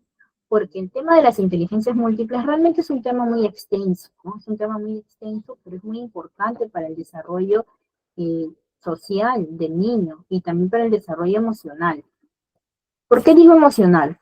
Porque digo que y la persona que puede aprender a canalizar sus emociones, a poder sentirse seguro, va a poder desarrollar muchas inteligencias, va a poder ser capaz de guiarse propiamente según a lo que él conoce, a lo que él pueda adquirir también. Entonces, eso va a ayudar a que una persona adulta ya sea capaz de poder forjarse de manera segura, ¿no? Entonces va a poder encaminarse, va a poder sentirse seguro. Entonces, si nosotros aplicaríamos el tema de las inteligencias múltiples, tanto en las escuelas como en nuestros hogares, vamos a poder respetar y respetarnos entre todos prácticamente. Entonces, nosotros cuando vamos en las escuelas, por ejemplo, yo he tenido casos de niños, ¿no? Que tenían, digamos, más apego a lo que era teatral, la parte teatral. Había niños que eran muy buenos para hablar, para desenvolverse, pero habían otros niños que no, eran más cohibidos, más temerosos, no se sentían seguros, no querían hacer cierta actividad o les daba vergüenza, ¿no? Entonces, a veces en ese tipo de niños es bueno que mezclemos a ciertos niños de diferentes facciones, porque uno aprende del otro y sobre todo aprende más el temeroso del que es más vivaz. Entonces ahí eso va a ayudar a poder compensar de alguna u otra forma que el otro niño o el otro niño pueda adquirir cierta comprensión y cierta inteligencia de uno del otro. Entonces, dentro de un aula, obviamente, se puede trabajar de maneras distintas, ¿no? Y eso va a ayudar a que el niño, definitivamente, pues, pueda tener cierta interacción, ¿no? Con los demás. Ya para poder desarrollar de repente cada inteligencia, nosotros tenemos, bueno, por lo consiguiente, por lo que se considera, 12 inteligencias, ¿no? La primera inteligencia se aplica normalmente a la inteligencia lingüístico-verbal, que es la capacidad en la cual pues, tiene una persona para poder desempeñarse usando el lenguaje en cualquiera de las formas en la cual se pueda expresar. Entonces, en este tipo de inteligencia lingüística, por ejemplo, ¿quiénes ustedes consideran que tienen ese tipo de inteligencia? Ya somos adultos, ¿no? Nosotros podemos identificarnos de alguna u otra manera. Solamente me levantan la manita. ¿Quiénes consideran que tienen una inteligencia lingüística? Que pueden expresarse propiamente, que se sienten, que pueden tener cierta autonomía. Muy bien, Gaby. Gaby nos manifiesta que tiene esa inteligencia, igual Cintia. Es bueno que nosotros mismos hagamos una autoevaluación y podamos determinar qué tipo de inteligencia nosotros tenemos, ¿no? Entonces, eso nos va a ayudar a nosotros, ¿no? Muy bien, Daniela. Entonces, eso nos va a ayudar a nosotros a poder identificar nuestras partes positivas y también nuestras partes negativas y en qué tenemos que trabajar más. Entonces, sigamos con las teorías de las inteligencias. Ahora tenemos, por ejemplo, la siguiente inteligencia, que es la lógica matemática. Esta inteligencia nos dice que es la habilidad para que nosotros podamos razonar y ser un poco más lógicos sobre la capacidad también de resolver cálculos matemáticos y problemas. Hay muchos que dicen, no, yo no soy buena para las matemáticas. ¿Por qué creen que no son buenos para las matemáticas? ¿Porque no les nace o porque no han de repente adquirido la técnica correcta para aprenderlas? ¿Ustedes qué creen? Miren que acá van a haber opiniones divididas, ¿ah? Pero a ver, quiero por favor participación de ustedes.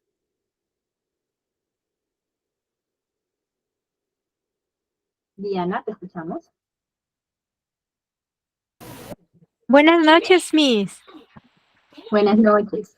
Mire, yo era de las personas que un poco me dificultaba aprender las matemáticas, pero no solamente es técnica, sino creo que es el tiempo que te tomas para hacer, digamos, los ejercicios continuos, las prácticas, ¿no? Y también en el aula donde yo estaba, pues tendría, pues, ¿no? A veces mis compañeras me ayudaban y bueno, uno poco a poco va desarrollando esa manera para poder aprender.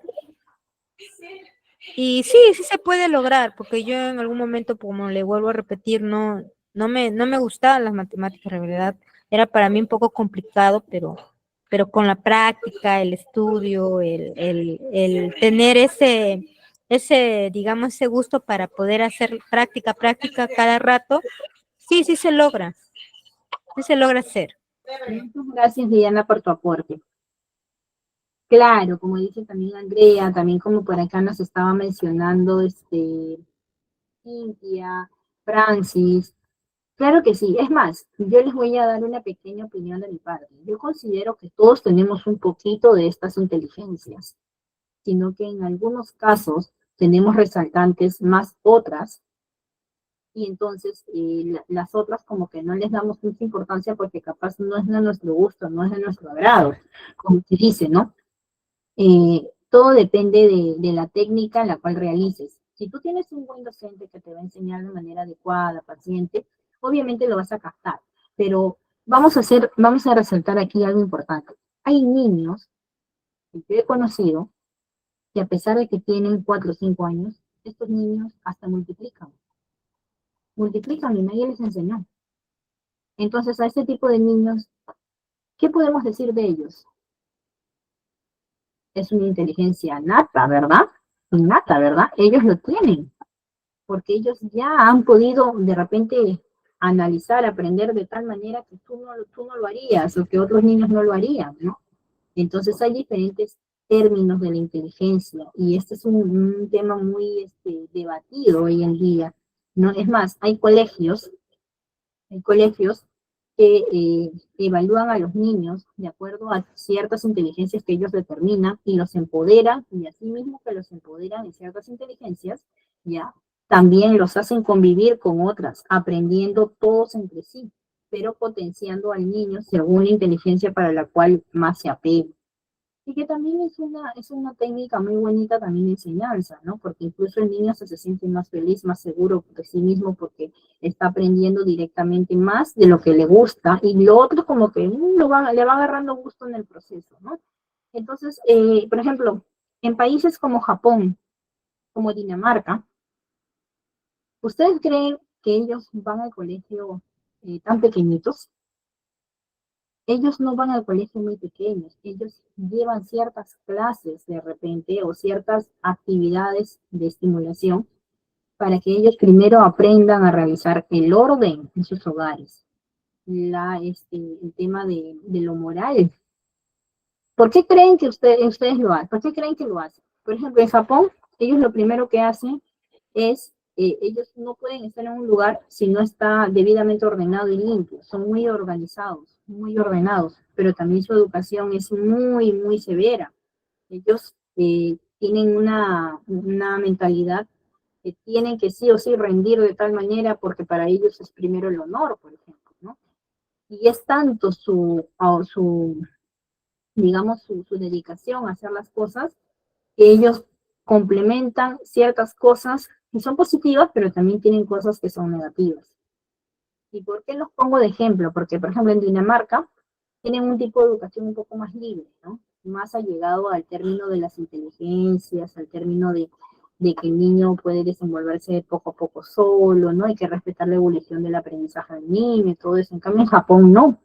En Japón ellos aprenden primero lo que es la organización, la limpieza, se va apegando más al término del orden, ¿no? Entonces, ¿son dos realidades distintas o no? ¿Ustedes qué dicen? ¿Ustedes qué dicen, chicas? ¿Son realidades distintas o no?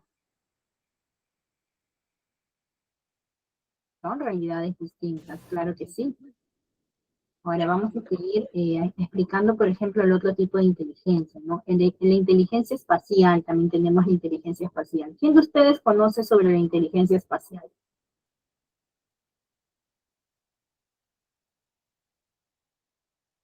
¿Quién de ustedes ha escuchado hablar sobre la inteligencia espacial? Normalmente pues habla de las personas que están orientadas a determinar sus espacios, ¿no? Entonces este es un tipo de inteligencia que se ha agregado realmente a lo que viene a ser las 12 inteligencias múltiples, ¿no? Otro tipo de inteligencia que también es muy sonada es la inteligencia musical, como estábamos mencionando, ¿no?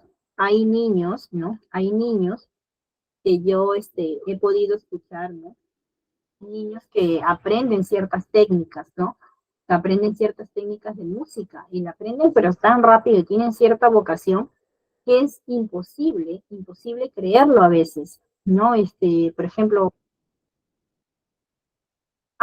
cuando hablamos de inteligencia espacial, que es, por ejemplo, que son personas que pueden determinar sus espacios, que tienen cierta autonomía de repente para poder relacionarse en espacios, ¿no? Ellos transforman en ciertos espacios en sus mentes y pueden tienen una percepción visual de su entorno más diferente que otros, ¿no? Entonces pueden percibir más cosas en su espacio, en sus alrededores, que de repente tú y yo. De repente yo entro a una habitación y ponte, no veo mis cosas, pero de repente esa persona entró y ya vio que había una gaseosa en la mesa, ya vio que había un talco color amarillo, ya vio que había arriba, yo qué sé, una telaraña, ya vio que había tal, y de repente tú ni cuenta te diste. Entonces tú tienes una perspectiva distinta de ver las cosas y puedes observar más allá que otras personas, ¿sí? Entonces, retomando a la inteligencia musical, ¿quién de ustedes ha tenido un caso de repente de ver a niños que tienen de repente cierto don para la música? Armando, ¿te escuchamos? Sí, bueno, yo tengo esa inteligencia. Trato de inculcársela a mi hijo. Bueno, yo no toco instrumentos, solo canto, pero trato de inculcarle eso a mi hijo. Trato de enseñarle de todo un poco. Yo trato de enseñarle de todo un poco. Porque mi hijo no vive conmigo, sin embargo, antes de tenerlo conmigo, me nutro primero, me educo y ya luego, cuando estoy con él, ya toda la información que tengo se le enseño. Mira, bien, visto que Armando tiene una inteligencia musical, él lo reconoce, ¿no? Él lo reconoce, ¿no? Por ejemplo, Pilar acá nos menciona que su hijo desde los 6 años toca un instrumento. Y claro, es muy emocionante verlo y escucharlo, porque no todos los niños pueden determinar cierta inteligencia musical, ¿no? Como que no todos desarrollan ese apego de repente por querer aprender ese tipo de inteligencia. Entonces es ahí donde nosotros nos damos cuenta que tiene tanta pasión por ese tipo de instrumentos, por ese tipo de inteligencia, por el canto, que ya lo vuelve parte de sí. Y al volverlo parte de sí, pues se siente feliz, porque es algo que a ellos les gusta, entonces es su pasión para ellos. Entonces, en cierta manera, es como que la vocación que cada uno tiene, ¿no? La capacidad de poder desarrollar un aprendizaje que no todos lo pueden hacer. Por ejemplo, a mí me dicen para tocar un instrumento, yo no, cero, porque no me gusta. O sea, yo puedo escuchar música, me gusta escuchar cómo tocan, pero por ejemplo, tocarlo no es tanto mi vocación, por ejemplo, ¿no? Entonces, es un ejemplo, ¿no? Entonces, por ahí de repente va, ¿no? El tema de las inteligencias, ¿no? Para determinar ciertas cosas que son importantes, ¿no? Entonces, para seguir hablando de otros tipos de inteligencia, pues tenemos la inteligencia, pues, vamos a ver, nos han escrito. Sus partituras, claro que sí. Tocar la puerta, Daniela. Puede ser de repente, ¿no? Como que vas tocando con sonido, ¿no? Entonces ya ya le estás dando ya un toque, ya de repente tú tocas y Armando canta. Entonces así ya se arma, digamos, una melodía. Se arma una canción, ¿no, chicos? Entonces sí, definitivamente, pues, el que toca le pone la melodía, eso está más claro, ¿no? En cambio, el que canta, obviamente, se va a adaptar a la melodía que escucha, ¿no? Entonces, es parte de un proceso, pues, de estar en sintonía, ¿no? Cuando uno le gusta algo, cuando quiere aprender a desarrollarse en algo, ¿no? Para seguir hablando de ciertas inteligencias, pues también tenemos la inteligencia intrapersonal, interpersonal. Ustedes me dirán, Miss, ¿qué es la inteligencia intrapersonal? Pues ellos tienen la capacidad para poder conocerse a sí mismos en total profundidad. O sea, es tanto así que nadie te conoce más que tú mismo. Pero hay muchos de nosotros que nos cuesta aceptar nuestros propios errores, que nos cuesta aceptar que nosotros no somos tan buenos como digamos o como pensamos, ¿no? Entonces, en ese proceso, a veces nos cuesta aceptar nuestra situación. Sin embargo, hay personas que tienen la capacidad de reconocerse a uno mismo y decir, no, yo soy así, y yo me conozco, yo sé que soy así, y no tienen miedo en admitir que ellos son así. ¿Quiénes de ustedes se consideran con ese tipo de inteligencia? Que se conocen a la perfección y saben muy bien cómo son. A ver, ¿quiénes son? ¿Quiénes desean participar? ¿Quiénes de ustedes se conocen? A ver, Armando. Sí, bueno, no a la perfección, pero estoy involucrado en la filosofía estoica y también practico un poco de meditación. Es lo que me ha ayudado a ahondar, a conocerme a mí mismo. Sobre todo eso, ¿no? La meditación y la filosofía estoica es lo que me ha ayudado para tener un poco más de manejar mis emociones, prepararme, estar preparado para todo, ¿no? Para lo bueno, lo malo. Claro, es parte de aprender a conocerte, ¿no? De aprender a identificarte como eres. Entonces, por eso yo considero que es muy importante que estas inteligencias sean impartidas dentro de las escuelas, ¿no? Que nosotros podamos de alguna u otra manera, pues, orientar a nuestros niños desde muy pequeños a que ellos puedan identificarse a sí mismos, qué acciones o qué inteligencias pueden ellos optar a desarrollar, ¿no? Nosotros también, por ejemplo, continuando hablando de la inteligencia, tenemos la inteligencia interpersonal. Normalmente ese tipo de inteligencia pues hace referencia a la habilidad de relacionarse con otras personas. Estamos hablando de las personas que tienen una adecuada interacción social y son totalmente empáticas. Son personas que realmente se ponen en los pantalones de otros y que tienen tal comprensión del ser humano que se vuelven personas pues muy sociales, perdón, muy amigables, ¿no? Y son personas que consideran que es bueno apoyarse los unos con los otros, ¿no? ¿Quién de ustedes consideran que son muy empáticos? A ver, realistas, ¿ah? ¿Quiénes se consideran empáticos? Cintia, Daniela, ¿te escuchamos? Sí, profesora, bueno, en mi caso la verdad es que siempre desde muy pequeña, siempre he sido muy sociable, muy empática también, pues, ¿no? Porque siempre, bueno, empática se podría decir porque siempre que encontraba a una persona así, por ejemplo, triste, llorando, intentaba ponerme en su lugar más que nada, pues, ¿no? Y sociable, ¿por qué? Porque, bueno, desde pequeña, la verdad, en todos lados, no me daba miedo conversar con una persona, bueno, un amigo, amiga, bueno, me hacía bien amiga rápidamente, pues, ¿no? En colegios, yo también, rápidamente así me era de hacerme amigos, pues no me gustaba estar sola, sinceramente. Y bueno, más que nada eso, pues, ¿no? Y también la inteligencia creativa, que bueno, no sé si tiene que ver con el arte. El arte, la verdad, es mi vida desde muy pequeña y eso me encanta, enseñar a los pequeños. Bueno, más que nada eso. Claro, por ejemplo, ¿no? Eh, Nosotros podríamos hablar, a ver si, por favor, su micro, chicas, nosotros podríamos hablar pues, de una inteligencia creativa, ¿no? En el término de Daniela, ¿no? Tiene cierta interacción por la creatividad en el arte, ¿no?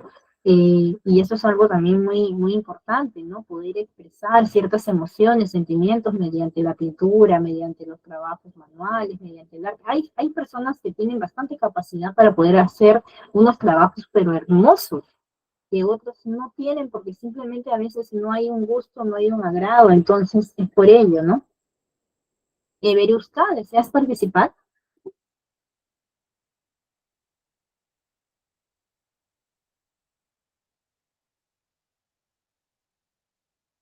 Verusca, levantaste la manito.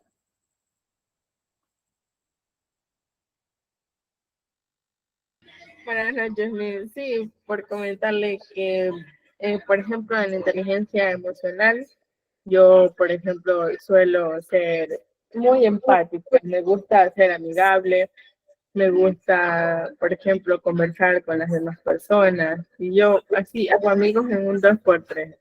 No me gusta, como decía la otra compañera, estar sola, y me da como melancolía cuando estoy sola, así que siempre trato como de ¿cómo se llama?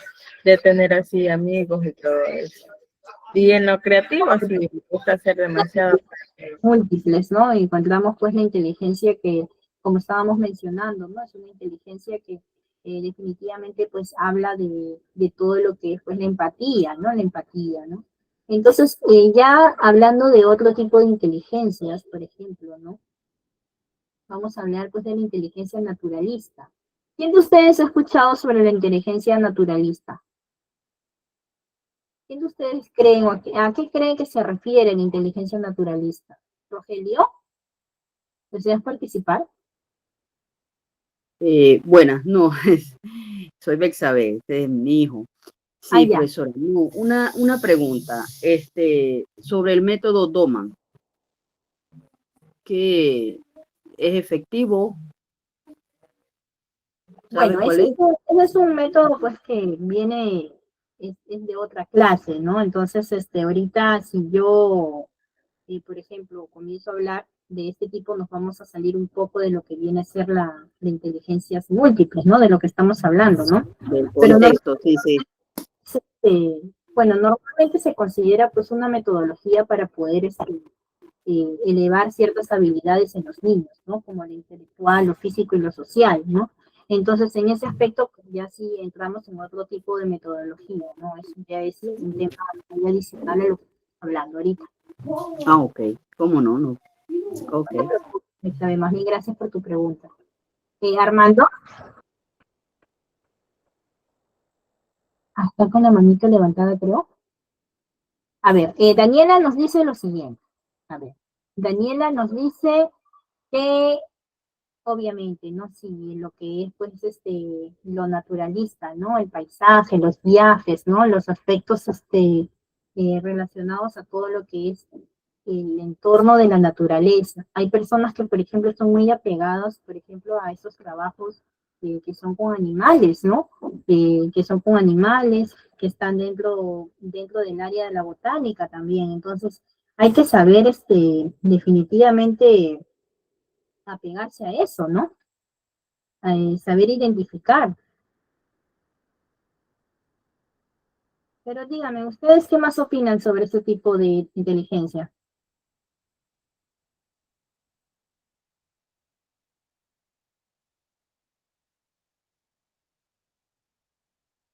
¿Alguno de ustedes tiene algún tipo de opinión? Armando. Sí, Miss, yo creo que con este tipo de inteligencias tenemos que preparar nosotros como padres a nuestros hijos, porque en la escuela yo creo que tendría que ser una educación personalizada, ¿no? Y yo creo que aquí no se va a poder aplicar. Entonces, nosotros mismos como padres, eh, poder desarrollar, y como usted dice, ¿no? Observar meticulosamente eh, cuáles son los talentos o destrezas o habilidades, capacidades que tienen nuestros hijos, ¿no? Claro, entonces, mira, por ejemplo, hoy en día nosotros vemos que hay mucho descontrol de la ira en los chicos. ¿Quién de ustedes ha estado pendiente de las noticias hoy en día?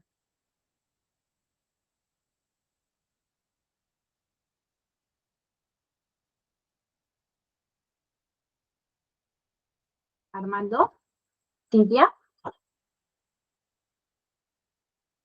a ver, ¿quién de ustedes ha estado muy pendiente hoy en día de las noticias? Por ejemplo, hoy en día he visto muchos casos de bullying, muchos casos de poca paciencia, de una frustración, de ira en los chicos, en los adolescentes y también en los niños. Entonces, ¿por qué llegamos a ese proceso? ¿Por qué llegamos a eso? Porque no hay un buen manejo de nuestras emociones. Y aquí vamos a entrar un poco a la inteligencia emocional. El término de la inteligencia emocional es muy importante para que nosotros podamos poder canalizar ciertas emociones, que podamos controlarlas, porque la idea no es solamente dejarlo pasar y uno abstenerse, sino que la idea es poder controlar ciertas emociones en diferentes situaciones. Eso nos va a ayudar, por ejemplo, a obtener cierto bienestar emocional, a tener automotivación, a disminuir ciertos niveles de estrés. Pero esta inteligencia emocional se aplica normalmente, eh, o sea, yo considero que puede ser aplicada desde muy niño. Si tú puedes hacer que un niño tan pequeño pueda ser capaz de canalizar cierta emoción que es muy pequeño, ese niño va a ir aprendiendo a poder controlarse en cierta manera. Entonces, eso va a ayudar de que este niño poco a poco pueda conocerse a sí mismo y pueda tener más interacción, digamos, con su alrededor, porque va a empezar a ser empático, va a empezar a evaluar si es prudente o no reaccionar de esa manera o no, qué consecuencias puedo tener, en qué me puede afectar. Entonces, cuando nosotros sabemos cómo evaluar, cómo canalizar esa emoción, podemos reprimirla si queremos, porque la idea no es reprimir la emoción, sino la idea es liberarla, pero de la forma adecuada. Verusca, ¿te escuchamos?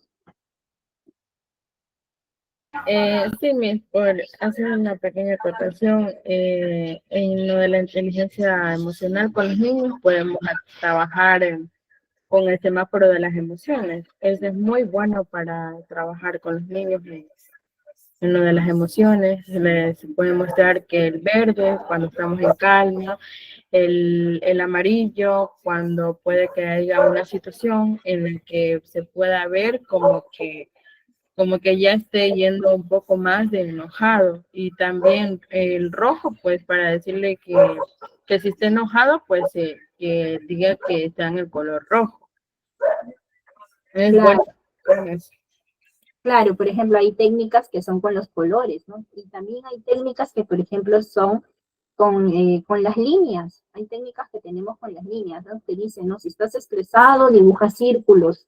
Si estás triste, dibuja así, dibuja así. Entonces, ese tipo de técnicas nos ayuda a nosotros a poder, digamos que, persuadir un poco esas emociones que nosotros tenemos. Es una liberación. Entonces, la idea es que mediante cierta canalización o cierta técnica podamos liberar esa emoción que de repente puede repercutir en nuestro desarrollo, en nuestro alrededor, ¿no? Por ejemplo, ¿no? acá en el chat me dice María Morales, ¿no? Y los ataques de ira de un niño de 1 año y medio es normal. Bueno, hay niños que a veces tienen ese proceso en el cual de maduración. Recordemos que el niño de 1 año y medio a 2 años, a 2 años y medio, está en el proceso de cambio, de transición, de dejar de ser bebé a pasar a ser niño. Entonces, en ese proceso sus emociones están muy recargadas, sus hormonas también. Es como decir ese cambio que tienen los adolescentes, ¿no? Que cuando están en el proceso de ser niños, pubertos, son tranquilos, ¿no? Pero llegan al punto de cumplir 12, 13 años y total que me cambió ese niño. Ya es otro, tiene otro carácter, es diferente, responde, es respondón, no soporta a nadie, no quiere soportar a nadie. Entonces, ¿por qué se da ese tipo de procesos en esa edad? Se da porque el niño está pasando de ser niño, puberto, a ser un adolescente. Entonces, por eso la palabra adolece, ¿no? Porque ya comienza a cambiar su perspectiva, sus responsabilidades, comienza a querer imponer cierto carácter, sus emociones, sus hormonas están alteradas y su mente también. Entonces, es lo mismo que sucede con los niños de 1 año y medio a 2 años, 2 años y medio. Por eso le dicen el famoso término los terribles 2 años. ¿Por qué creen ustedes que le dicen los famosos terribles 2 años? Porque este niño pequeño está en ese proceso de conocerse a sí mismo, de conocer sus propias acciones, de querer realizar muchas cosas y que no lo puede hacer o no sabe cómo hacerlo. Entonces, en cierta manera, siente frustración. Y al sentir frustración, quiere liberar esa frustración, pero con ira. Entonces, nosotros ahí, ¿cómo debemos trabajar? Debemos trabajar con actividades para que él pueda canalizar esa emoción. Por ejemplo, si está en ese proceso, lo distraemos con algo, ¿no? Con algún títere, algún muñequito para calmarlo. Entonces, poco a poco él va a poder sentir la calma. Va a saber que si se ríe, por ejemplo, o si presta atención a otras cosas, va a poder sentirse un poco más relajado, un poco más tranquilo. Entonces, hay ciertas técnicas que normalmente, pues, podemos nosotros tratar en ciertas situaciones, y que eso nos va a ayudar a que nuestros niños, dentro de un aula o en nuestros hogares, puedan canalizar adecuadamente ciertos sentimientos de ira, de tristeza, de frustración, de felicidad. Por ejemplo, hay niños que cuando no consiguen lo que quieren o no logran su objetivo, comienzan a llorar desconsoladamente. Lloran desconsoladamente y parece que fuera el fin del mundo, porque son niños que todavía no aceptan que pueden perder y que en la vida es normal no ganar. Entonces siempre hay que recalcarles que el no ganar en la vida no es malo, es un proceso de aprendizaje, un proceso de experiencia. Entonces esa experiencia te va a ayudar a adquirir cierto aprendizaje para que tú en la próxima vez logres nuevos objetivos con nuevas capacidades y con nuevos saberes, ¿no? Armando, ¿deseas participar? Sí, sí, casualmente mi hijo cuando está con su mamá y cuando regresa conmigo, bueno, él no sabía perder. Entonces la técnica que yo utilicé fue, yo sé jugar un poco de ajedrez y empecé a enseñarle y en ocasiones yo perdía, a propósito, ¿no? En ocasiones él ganaba y en ocasiones él perdía. Y bueno, así ya aprendió y le he enseñado también de que, claro, obviamente como usted menciona, ¿no? Que perder no es malo y que a veces se gana, a veces se pierde, ¿no? Pero es normal. Claro, claro que sí. Entonces es bueno que nosotros siempre tengamos cierta capacidad de explicarle a nuestros niños, ¿ya? Y sobre todo si están en una edad que por ejemplo, es un poco complicado, ¿no? Entonces, en la edad cuando es un poco complicado, hay ciertas condiciones que nosotros tenemos que evaluar, ¿no? Por ejemplo, como nos dice María, si es un niño que tiene algún trastorno, por ejemplo, alguna condición, ¿no? Va a ser un poco complicado porque este niño tiene que ir orientado por un informe psicológico, por un psicólogo, dependiendo de la condición del niño, ¿no? Qué tipo de estimulación, qué tipo digamos, de proceso tiene que realizar la mamá para poder tratar de calmar, por ejemplo, ese niño si es que entra en un proceso de ira, ¿no? Entonces, todo va a depender del nivel que tenga, ¿no? De cómo se considere, pero muchas veces yo he visto casos en que simplemente estos niños necesitan un fuerte abrazo. Que hay niños que solamente cuando entran en un proceso de ira es el famoso apapacho. ¿Quién de ustedes han escuchado hablar el término apapacho? Independientemente de la condición que de repente pueda tener el niño, sea autista, sea tenga TDAH, tenga síndrome de Down, sea un niño de repente controlador. A ver, Armando, te escuchamos. Sí, yo creo que el abrazar a nuestros hijos cuando están con eso de ataque de ira puede reducir ciertos niveles, no sé, puede ser del cortisol o de repente de otra sustancia química, ¿no? No lo sé. Pero sí me ha pasado. A mi hijo tiene temperamento, no mucho, pero sí. Y obviamente, bueno, el temperamento no es mío porque yo soy súper calmado, pero él también ha aprendido, ha observado cómo es mi forma de actuar, mi conducta y también ha empezado a adoptar, ¿no? Claro, entonces, por eso yo siempre menciono que a veces en situaciones difíciles es bueno un abrazo, es bueno un buen apapacho a nuestros hijos. El tan solo que ellos sientan ese humor de que hay alguien que está contigo soportando esa carga que tú tienes, sea emocional o sea física o sea mental, como quieran llamarlo, ese niño se calma, ese niño automáticamente baja sus niveles de estrés, porque va a sentir que esa paz que tú le estás brindando le va a dar estabilidad. Entonces, yo siempre recomiendo que cuando hay algún tipo de proceso de ira con los niños, sean los más pequeñitos y sean donde estén, yo por ejemplo he practicado mucho esto en el aula, ¿no? Que tengo niños que a veces venían un poco malhumorados, ¿no? Que venían de repente malhumorados porque de repente no durmieron bien, de repente por ahí la mamita les alzó la voz, el papito, sabe Dios de repente de qué proceso familiar están viniendo, ¿no? Y a veces los miraba, ¿no? Entonces cuando antes de entrar al aula le decía, ¿tú cómo te sientes? Bien, mal, más o menos, a ver, tú dime.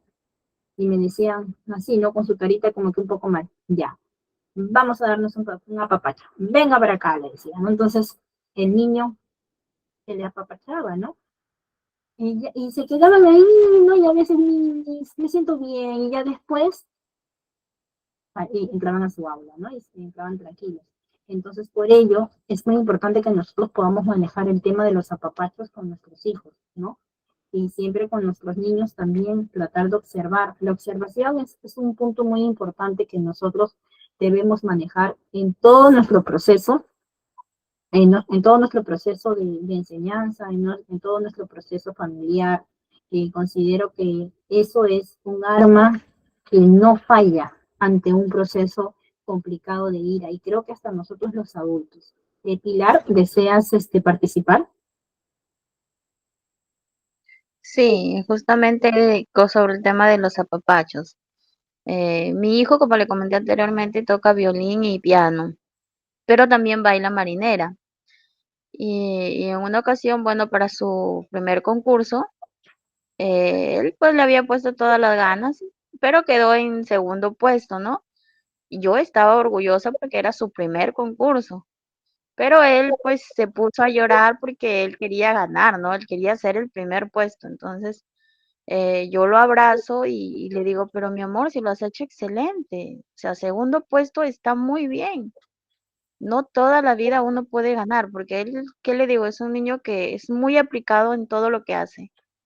Eh, Hasta ahora tiene sus primeros puestos en el colegio, es muy aplicado, le encanta estar metido en sus cosas, es muy organizado. Entonces, en aquella ocasión, se frustró, ¿no? Se frustró y se puso a llorar.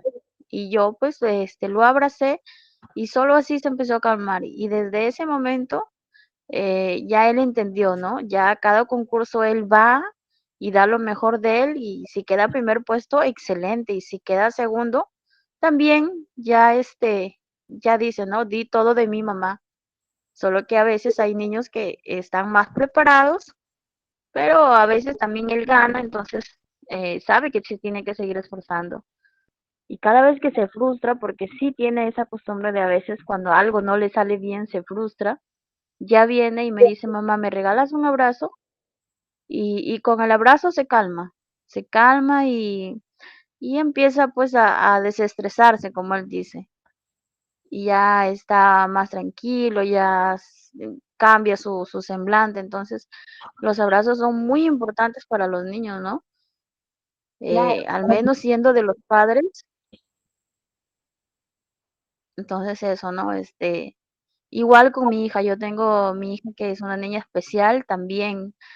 Cuando empieza con su proceso de ira, de cólera, yo simplemente la dejo que se tranquilice y ya luego ella sola viene, me da un beso, me da un abrazo y me dice ya, que ya se calmó. Entonces con los abrazos, los niños pues cambian y es algo que les hace mucho bien a ellos, ¿no? Entonces, los apapachos, como usted dice, son muy importantes en los niños. claro que sí, Pilar, muchas gracias por tu aporte, ¿no? Y por lo que nos acabas de mencionar. Y sí, ya recalcando, pues, ya para poder cerrar nuestros temas, ¿no? Ya del día de hoy, ¿no? De esta sesión que hemos tenido el día de hoy. No quiero agradecer primero a todos por estar tan atentos al proceso que hemos venido realizando en esta sesión, a los temas que hemos realizado, ¿no? Hoy en día, ¿no? Hoy, perdón. Entonces, sí, el tema de los apapachos es sumamente importante y que creo que considero que siempre debemos aplicar. Siempre debemos ser muy observadores en todo el proceso en el cual nosotros tengamos a niños o tengamos también nuestros hijos en el proceso de la estimulación, porque estos son puntos muy importantes que nosotros debemos de tener muy en claro para poder tener un desarrollo óptimo de las capacidades de todos nuestros niños. Armando, ¿deseas opinar algo? ¿Estás con la manito levantada? Sí, sí, Miss.